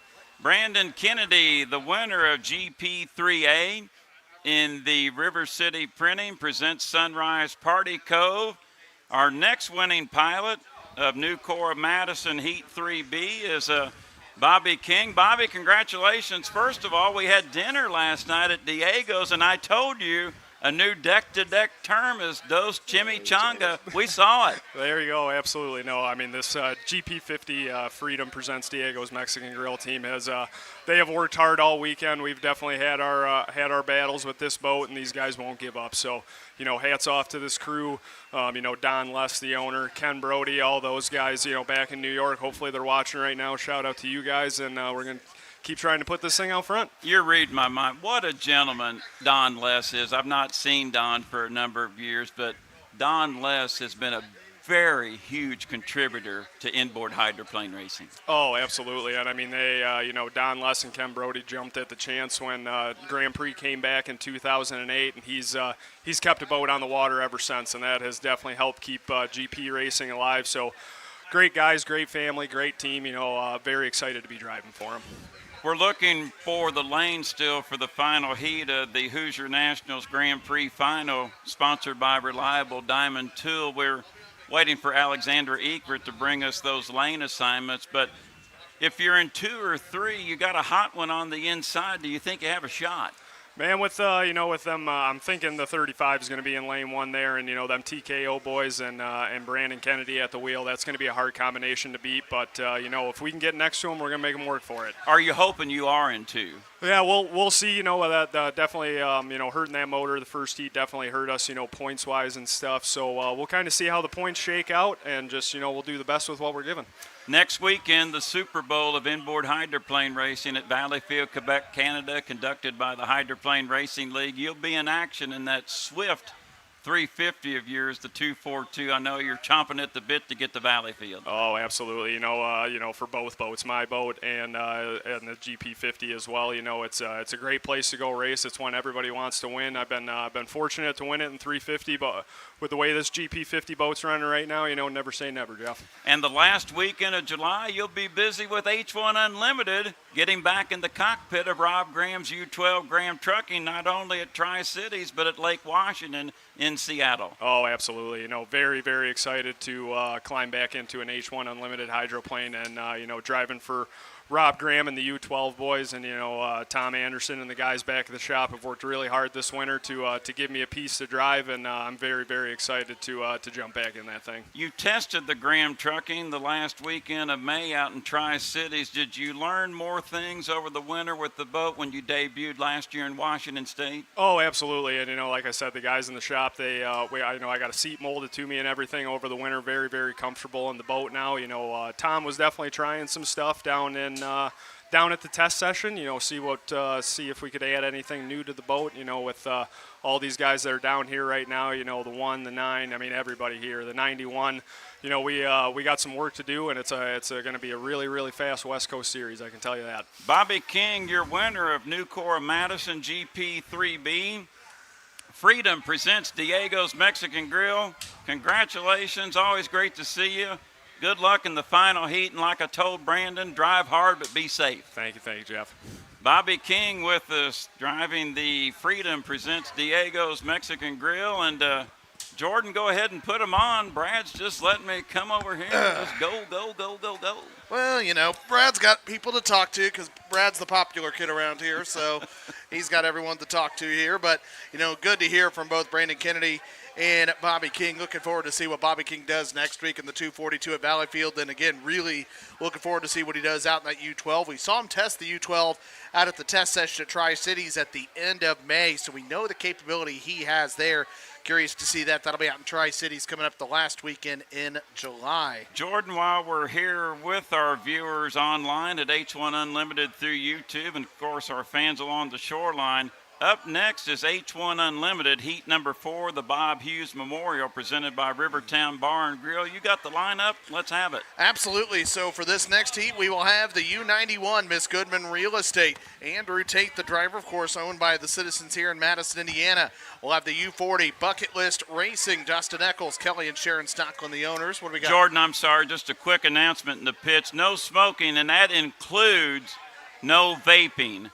No vaping in the pit area. Sorry? You're okay. So anyway, the U40 Bucket List Racing, Dustin Eccles, Kelly and Sharon Stocklin, the owners there. We have the U9 Beacon Plumbing. First time we'll see Corey Peabody on the Ohio River today. He'll be taking that after a couple of first place finishes yesterday. And then we have the U11 Miss Mercury's Coffee, Jamie Nielsen, Scott and Shannon Rainey, the owners of the 11. Again, those 4 boats will hit the water. I look down, I see the Beacon Plumbing currently being lifted and about ready to be lowered into the Ohio River. We saw Andrew Tate grab it, and Jeff, while we sit here and wait before we switch it back over to just the stream for this, I'm going to hand it to the wonderful Brad Luce, because I know you guys always got stuff to talk about, because Brad loves talking. Right, Brad? Something like that. Yes. Something like that. The wonderful Brad Luce, I heard. Great job on those interviews. I'm telling you, you were staring at the future of H1 Unlimited Racing when you're talking to those 2 guys. Well, one's already in it, and the next one, I've been lobbying under the table for years. And not only Brandon Kennedy, but his cousin Bobby Kennedy. They're ready. They are ready. And hold on to your hat. Get in a boat. Yeah, absolutely. So anyway, it's good. I'm really glad that you, Jeff, had the opportunity to talk to those guys. They're terrific young guys, and like you said, one of them's already in the H1 Unlimited ranks, that being Bobby King. He will crawl inside the bright red, black, and silver U12, the Graham Trucking out in the Pacific Northwest. Saw Bobby out there at the test session. He was on the Columbia River. But that's the Columbia River, and that's, 3 weeks down the road. I've got 3 weeks to drive across the country and get back home. I'll make it. Oh, you'll be there. I'll be on the road tomorrow morning. If you're not there, they need to cancel the race. That's by a day not or happening. I would love to think that would happen, but that's not going to happen, Jeff. But who cares about that right now? Because We got boats going into water for the H1 Unlimiteds, and later they're going to be going for the Indiana Governor's Cup presented by Morgan Foods. Yeah, while we got a moment, the new start procedure this year with H1 Unlimited, I think the procedure and the rules here at Madison fits this course fabulously. Brad, we're not seeing a lot of trolling. We're seeing some strategy, and I think going forward, and especially coming up at 4:30, in the Indiana Governor's Cup Championship presented by Morgan Foods.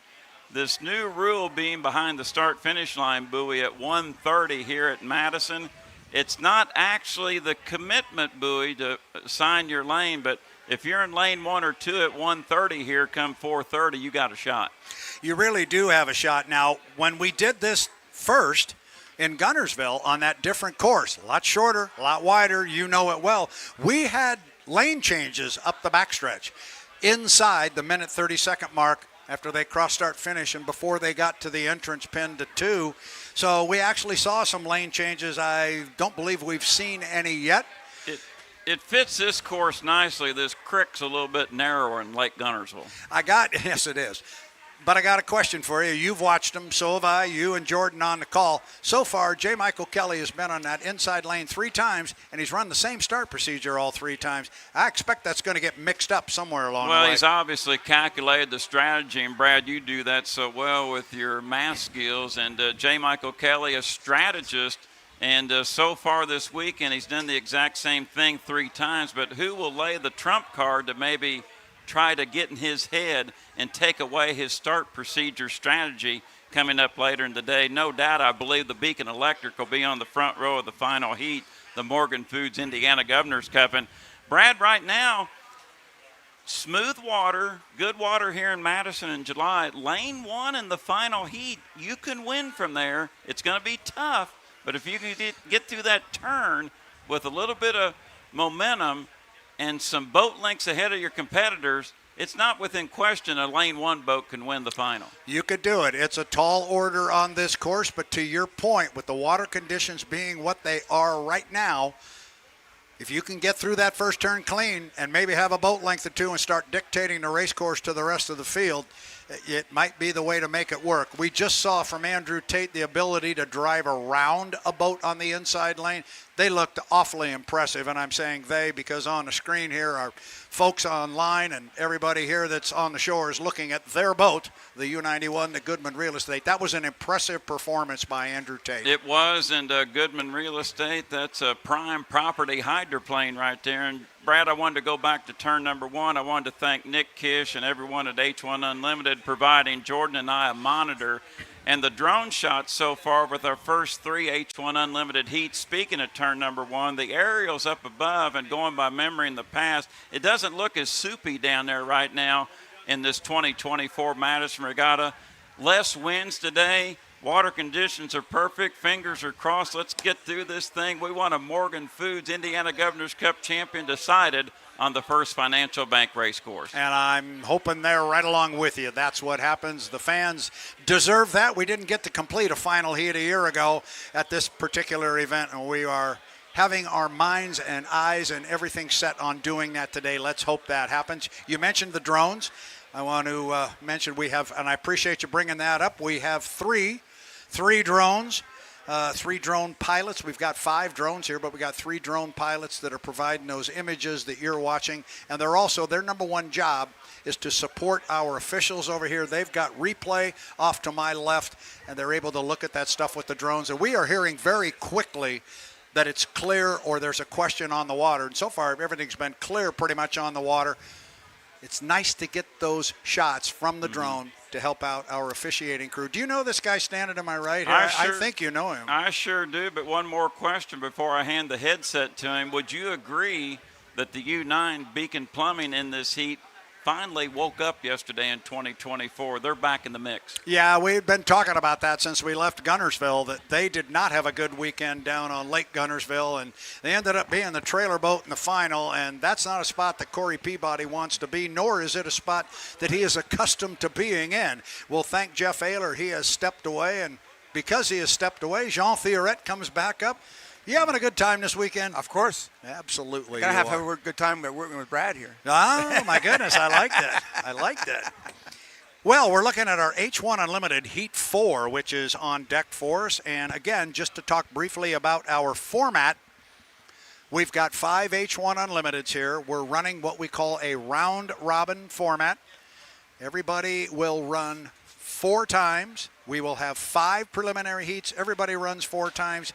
Each team, Jean, takes a turn sitting out a particular heat. So everybody, by the time we're done with 5 heats, will have run 4 times.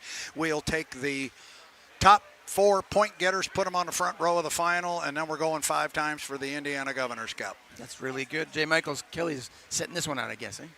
Yeah, this is his turn. Now, so let's look at the field. The U91, the Goodman Real Estate with Andrew Tate. They will be in this one fresh off a convincing and dominant heat win earlier in our H1 Unlimited heat number 3. So the Goodman Real Estate, Andrew Tate, going to be joined by Dustin Eccles and Bucket List Racing. They woke up in that heat. The boat looked much stronger. Yes, they did. The U40 Bucket List Racing with Dustin Eccles. And as Jeff Ayler was just talking, Corey Peabody, the boat ran beautifully yesterday. He picked up 2 first-place finishes in the U9, the Beacon Plumbing. And he's going to be joined by the Miss Mercury's Coffee and Jamie Nielsen. The points race must have been tightened up now, eh? It must have. I haven't played with it since, but coming out after there. Yesterday, it got real tight, and I'm sure it's shifted a bit so far today. We got, I want to know if you heard this, we got Jake McCormick standing just to our right down here. Did you hear he's going to go out and drive? Is that his first time out on hydro? Well, let's find out real quick. Just that you might want to get some tips from this guy. Jake's going to go out in the boat. Mr. McCormick, nice to meet you. You want to talk to this guy for a sec? Sure. Yeah. Sure you can. I'm going to let you talk to him and give him some driving tips. You're only talking to a world champion. So you guys got it. So are you excited? Oh, yeah, I'm pumped. I did the APBA Racing School a couple months ago with Tony Black. And I mean, that was the whole goal. That was actually the goal of becoming the president of the Madison Regatta. They asked me to come do it. I really didn't think I was the right guy. We've had some wins, and the whole point was to get my name back in the sport, my family's name, and hopefully crawl into a boat. And here's step number 400. So is it the school that outboard racing, or? It's inboard. It's inboard. So it's in Springfield, Ohio. Okay. You go for 2 days. I think it costs, if I remember right, about $600. And you go, you spend a day learning how a hydroplane operates. I talked to Tony beforehand. He's like, you don't really need the education part of it. Yeah. But he's like, come on. I'm like, I can always learn something. You never know. And then the next day you go and hit the water, and you get to do about 10 laps. Tony's in your ear coaching you along the way. And so this was actually your first time in a boat? That was not my first time in a 3-point hydroplane. Dave Johnson has let me run his vintage boat, so I kind of putted along in that.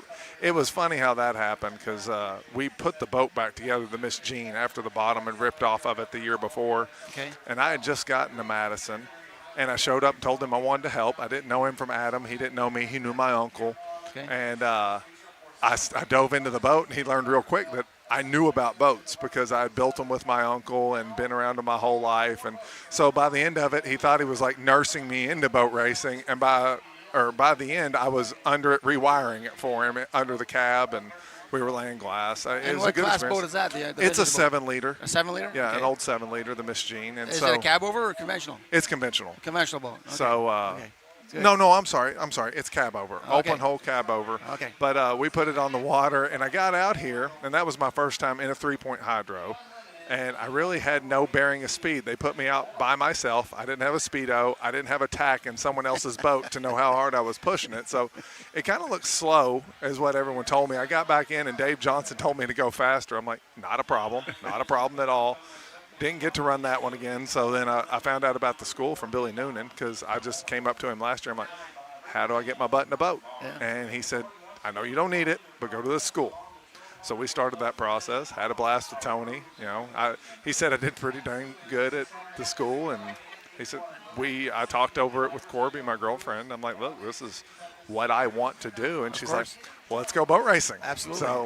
So this will be your first race? This will be my first race. So I've been told I have to hang in the outside line. And they got you on restrictions. Stay back. Yeah. Okay. Well, I enjoy it. Yeah. You got beautiful water conditions? Oh, my God. This was really perfect. I kind of told her, I'm like, look, We went home last night. I'm like, I have to make this happen. We have the biggest crowd we've had in decades. Yeah. You know, I did the special tribute to Tony Steinhardt on behalf of my family and the Regatta. And in front of this crowd, this feels like my hometown, even though I'm not from here. For me to climb into a boat here is kind of surreal for the first time, so I'm excited. Enjoy it, you know, taste it, do all of the good, and behave yourself. Oh, yeah, yeah. When I first went out in that vintage boat, I won't say it. I think we're actually live or being recorded for H1, so I won't use the exact language that was given to me, but they looked at me on the dock and they said, no McCormick crap. Well, I'm really happy for you because I'm sure it's going to be a fantastic experience, and maybe you'll be able to continue doing it. And if that's one of your dreams, well, go for it. You know, it's been one of my dreams when I was a kid, and it was all good. I'm getting pulled away. I guess there's something on the race course. I appreciate the talk. Oh, it was a pleasure. That's awesome. Thanks. So, you're welcome. John, I couldn't hear. What'd you tell the young man? Well, you know, he's talking to me that there's a school for hydroplane racing. There is. So he went and do that. The driving school. Yeah, exactly. That's he enjoyed that, and I asked him if it was his first time in a hydroplane, and he said no. He's got his uncle. I think he's got a vintage boat. The Miss Jean. Yep, the Miss Jean. Dave Johnson down here used to have it. So, you know, but it'll be his first race, and I told him to enjoy himself and to behave.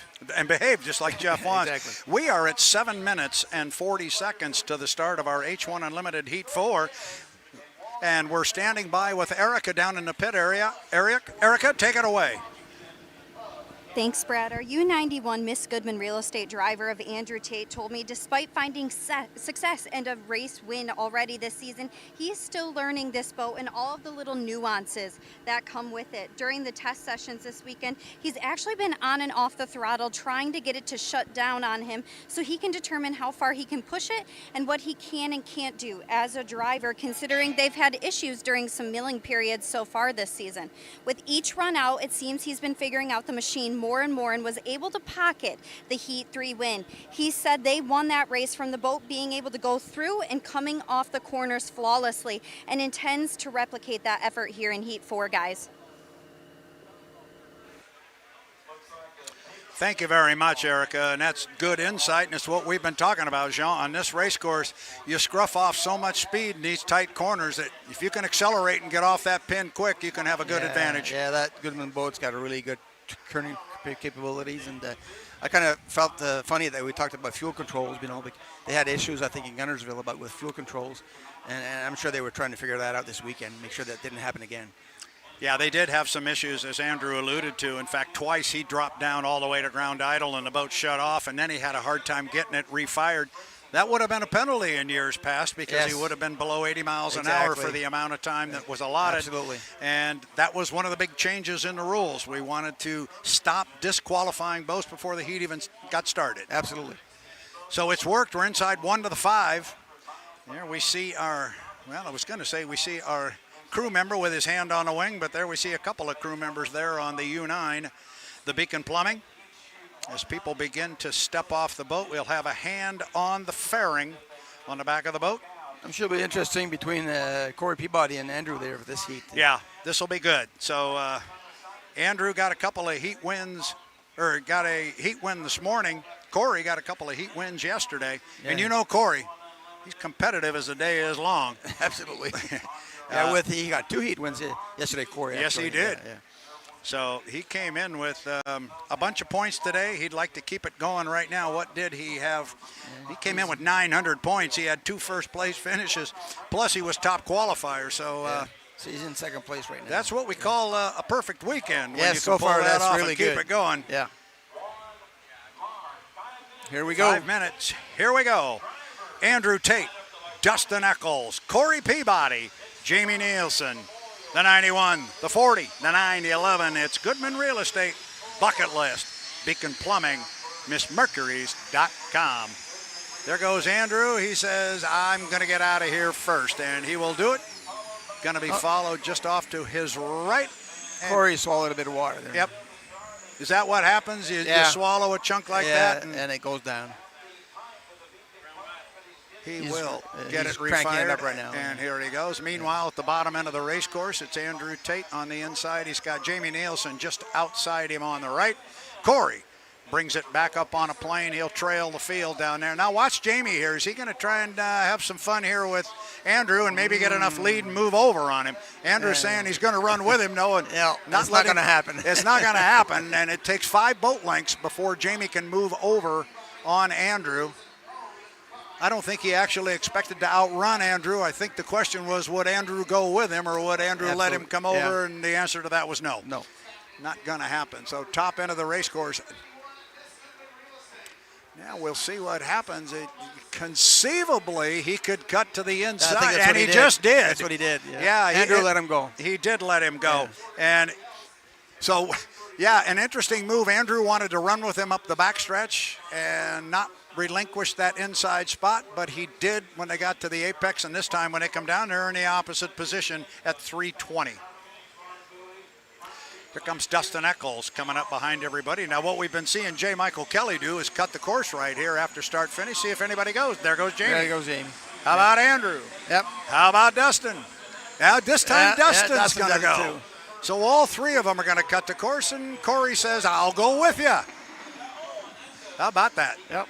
Corey gotten some slop coming out of there. I think he's going to try and duck inside Dustin here, but I think he's going to find things kind of crowded. I think, he'll have to take lane 4. Now, he's trying to go in between. Look at it. Yeah, he sure is. He's trying to squeeze into lane 2, and it's in there. Yeah, he's got it. It's tight. He's got it. But he got in there. Yeah. He got in there. They left the door open, so Corey dove to not the inside lane, but he got into lane 2. I'm surprised Andrew left in that lane. Yeah, that is. Now they got to defend it.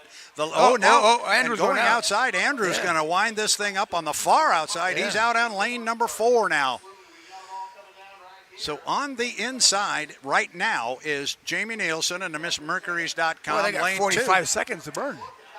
Yeah, they've got a bunch. 40 seconds. That's right. Now, but the interesting point here is the 80-mile-an-hour rule is off the table. They can shut the thing down if they have to. Yeah, exactly. They don't want to. I'm sure they'll be off plane, some of them. And that's okay, too. Yeah. That's all out the window. Yep. Standing here with Mike Denslow, the president of H1 Unlimited. This is what we talked about. This is okay now. You can drop down, and we're not going to get you DSQ'd coming up on 15 seconds before they can cross the start-finish line. Now watch Dustin here. He's out in front of everybody. Watch Andrew. Watch Andrew. See if Andrew doesn't take a jump. Yeah. Clearly a clean score. Watch Andrew. Watch Andrew. He's going to do something else. Well, he's got to go all the way. Oh, he's got to go all the way? He's got to go all the way. Okay. I thought he could cut the course here. Well, this is going to be interesting. We will keep an eye on Andrew Tate, but at the same time, we're going to keep an eye on the rest of the field. And it's Jamie Nielsen sitting in lane number 1, Corey Peabody. Lane 2. Beacon Plumbing is sitting in 2. Lane 3 will go to Dustin Eccles in the 40. Still looking at 1 minute. Andrew now is just coming off the lower corner, and he's going to have to put his foot in it and really fly.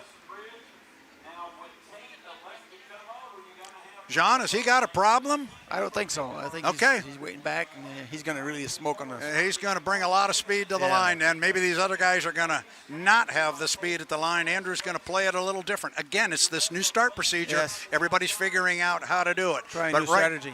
Right now, it is Jamie Nielsen in Miss Mercury's Coffee sitting in lane number 1.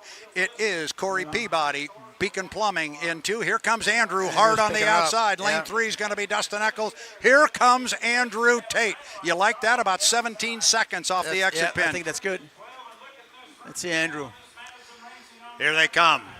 4 boats underneath the Milton Madison Bridge. We're inside 5, 4, 3, 2, 1. Mark, good appeared start. to be clean from us. Corey's got some air into the boat, and back behind the field a little bit was Andrew Tate in the 91, the Goodman Real Estate. I think it's Corey that got down there first. Who are we going to see? Corey Peabody. Peabody down there first. Legal start. Everybody was legal, John. Coming off the corner, it's Corey Peabody. And here comes Andrew Tate. Tate on the outside. Look at him come off the corner with a lot of boat speed. Radio guys are telling Corey he's coming, and he's coming hard. He went around Dustin Eccles like he was tied to the buoy. Andrew Tate is really rolling up the backstretch, but so's Corey. Corey's got a lot of speed, absolutely. But Andrew's gaining on him. Andrew's going to have to run a big race course. He can come over, however, because he's got overlap on the boats behind him and on the inside. Top end of the race course. Here comes Corey Peabody. He's got the lead in the U9 Beacon Plumbing. Got a good race going back there for third, but right now, all eyes, at least in Madison, Indiana, are on the U91 Goodman Real Estate and Andrew Tate. He's trying to run down calm it down, flying Andrew. hydroplane. Yeah, the boat is really reacting to the water. Andrew's got a pretty light boat ride, John. It looks rough. We got a race for third and fourth, too, there. We do indeed. It's Dustin Eccles in the bucket list currently running third, but on the inside is Jamie Nielsen in the MissMercurys.com. Now we are on lap 2, coming off the lower end of the race course. Corey Peabody still got almost a full rooster tail on Andrew Tate. And from my way of looking at it, John, it looks to me like Corey's got a better boat ride. Yes, he does. He does. And I think that corner was really good for him there. Look at her run up the backstretch. Dustin Eccles is out by about 4 boat lengths on the Miss Mercury's Coffee and Jamie Nielsen. Top end of the race course, still Corey Peabody. U9 Beacon Plumbing slides out to about lane number 4. He will come down, expect to get, and he will get a white flag with 1 more to go. Corey Peabody, Beacon Plumbing, really rolling. Now we'll see if Andrew gets a better boat ride this time. Seems to be better this time down, but Corey's running like a rocket right now. Corey's solid right now. Andrew Tate comes across still a full rooster tail with Corey. Here's Dustin Eccles flying the 40 across the line in some rough water, but he's in a solid third place now. Yep. Jamie Nielsen staying on the inside. Corey's keeping his advance right now. Yeah, Andrew's not making up any ground now. And he is on the checkered flag lap. Now it is more than a rooster tail for Corey Peabody. Looking strong in the U9, the Beacon Plumbing. Andrew, I think, has decided discretion's the better part of valor. I think he's going to let him go. Yeah. There's no reason. We don't get out the big trophy yet. No. So top end of the race course on this, the third of 3 times around the race. Andrew's going in. Andrew dove to the inside. He's going to try and run, but Corey is aware of it. I think Corey's got him covered, but an aggressive move by Andrew Tate. Here comes Corey Peabody. Checkered flag out. Checkered flag flies. U9, Beacon Plumbing, Corey Peabody. Win number 3. Win number 3. Here comes Andrew. Gave it a valiant run. I love it when they dive to the inside like that. I'm coming, I'm trying. A good run again, a solid run for Dustin Eccles in the U40 Bucket List Racing. He comes across in third place. And our fourth place finish will go to Jamie Nielsen in the U11, the MissMercurys.com. A conservative run for them. They will come home with an intact race boat and fourth place. And we have to take this opportunity right now, speaking of Miss Mercury's Coffee and Mercurys.com, got to thank that entire family. They have been delivering coffee to us back here. Yeah, and the whole crew here is getting coffee. That's awesome. And we do. We have Morgan Harris over there. He is the patriarch of, I'm assuming you know Morgan. No, I haven't met Morgan. You have no. I haven't met Morgan yet. I think you're just about to, and I'm probably going to have you give up his headset. Your headset, that's him over there with his son. Out there in the sunshine. I have met Morgan, Yeah, okay, good guys. Yeah. Good guys for sure. But more than that, a good boat race. Yes. Corey Peabody. Yes. Win number 3. Yep. And I think Andrew found out that he can't win from lane number 4. Yeah. He might have been thinking that was going to work a little earlier, but Corey had other ideas. Exactly. So this is shaping up to be a whale of an Indiana Governor's Cup for our H1 Unlimited hydroplanes. Andrew Tate comes back to the dock. Next up is going to be Dustin Eccles, and he stops shorter than anybody else, and Andrew's got to go down to the bottom end of the dock. There you're looking at Dustin Eccles in the U40 Bucket List Racing. Corey's coming in with the lid up. As we talked yesterday, I would assume you probably don't realize how hot it is in there when you're in the middle of the competition, but once it's over, you go, oh my goodness, it's hot in here. Yeah, when you're driving, you're not thinking about that, but after that workout, too, that's a pretty good workout. Now, can you really handle the air conditioning controls in there? Not really. You're a little busy. A little busy. Yeah, you're so busy tuning the stereo. Yeah, exactly. Putting on the GPS, you know. Yeah. Tell me when to turn down there, will you? There you're getting a good look at our H1 Unlimited Heat 4 winner, at least on the water. Beautiful boat there. Yep, it is. Our officials are taking some taking a look at some replays here off to our left. We will await to hear a clean on the water call, and we'll pass it on when we do. But another good heat of racing. We saw a different start procedure there. This time it was Andrew who said, I got another idea. You guys go ahead and fight for it. Yeah.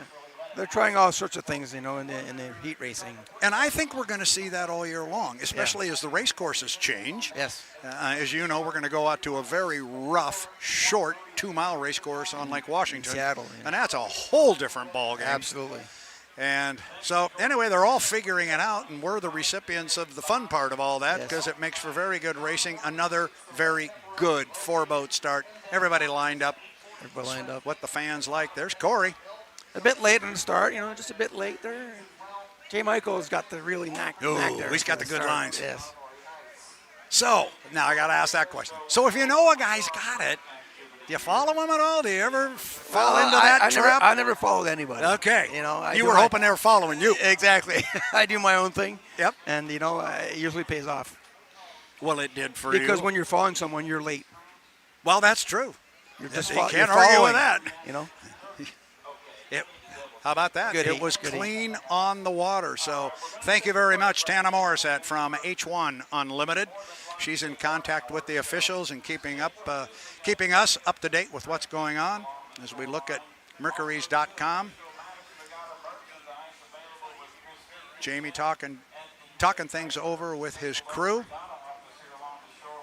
We are awaiting for Erica Allreed. We're going to expect she will be jumping in with Corey Peabody. She and Corey might be becoming pretty good friends here. Of course. He's getting used to it there. So let's go down to Erica Allreed with Corey Peabody. Erica? Corey, a flawless execution of that race by you and your team. Can you try and describe this drive en route to this heat win? Well, we didn't work out in our favor coming off the dock, but that's okay. We settled in, settled down, figured out what we were going to do. We were able to get good lane position and squeeze our way in there. And went up there, got up there early so we can secure our lane and hit the start, and off we went. So went down the first turn, got through that clean. Knew I had some fast boats all around me, but just kept our foot in it and worked out for the best. And how do you intend to carry this confidence, momentum, and speed into your final heat and the final? Just stay mentally focused, stay out of the sun, get in the AC, prepare for the next heat, and hopefully do the same thing. I know we got a lot of tough boats coming up, but it's good to get these 400 points for the Beacon Plumbing. Thanks for our sponsors, Beacon Plumbing, Beacon Electric, Clifty Engineering, everyone else. So thank you, fans, and we'll see you guys out there on the next one. Well, go get in that AC and prepare for your next race. Thank you so much, and congratulations on that heat win. All right, thanks, Erica.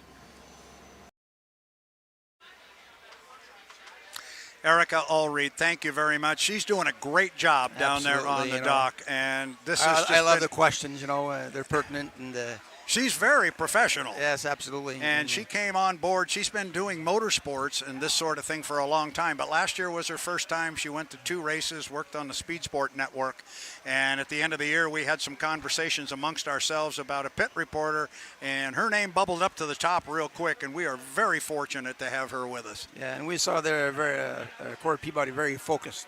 Yeah. Very focused and set on what he wants to do, you know.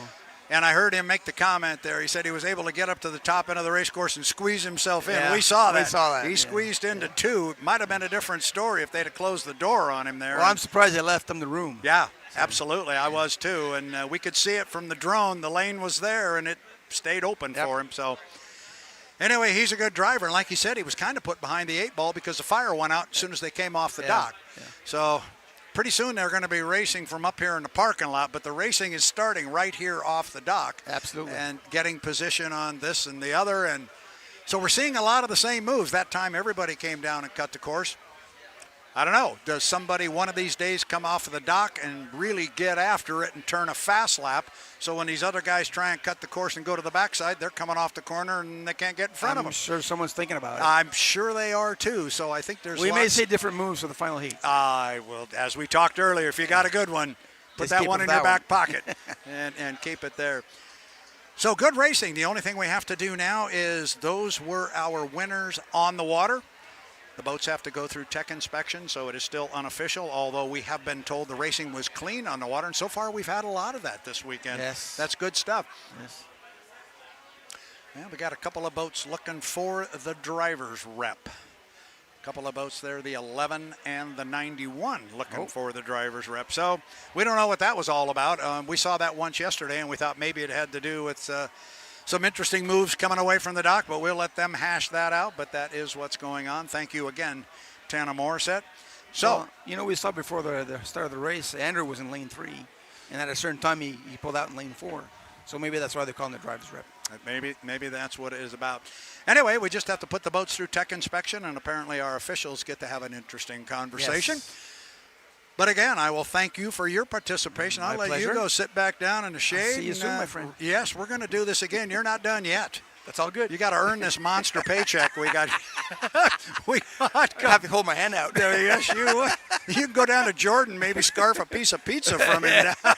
Jean, thank you. Thank you very much. It is just a pleasure and an honor to work with Jean Theoret, who was gracious enough basically at the last minute to agree to come on and work with me here, and it is a pleasure after being on the microphone and talking to him and interviewing him so many times in the past to be up here and laugh and have some fun with him and get his incredible insight has been a lot of fun, and I hope those of you watching on the H1 Unlimited live stream have enjoyed it as well. The 91, the Goodman Real Estate Andrew Tate's rod has cleared tech inspection. Nothing yet on the 9 of Corey Peabody. Again, we are trying to do our technical inspections as quick as we can. Erica Ulreed and her intrepid cameraman, Mickey Washburn, have returned from the heat of the dock. And can't thank you guys enough for what you're doing. Mickey, you're doing an outstanding job. Erica, we're loving the interviews. So you guys rock. You guys. It's pretty easy. Jean and I are up here. We got the air conditioning going on, and they're down there in the dock, and they just came up, both of them putting a towel to the face and drying off some sweat. It's warm, but we're all having fun, and if they're not having fun, I'm going to remind them they are having fun. That's kind of our mantra here on the live stream team. As you look at some great shots from the drone, as Mercury's.com, the U11, Jamie Nielsen's ride will head back to the trailer. I saw Morgan Harris here. He is the patriarch, if you will, or the head man at Mercury's Coffee. See if he is still here. They just delivered a whole bunch of coffee up to us.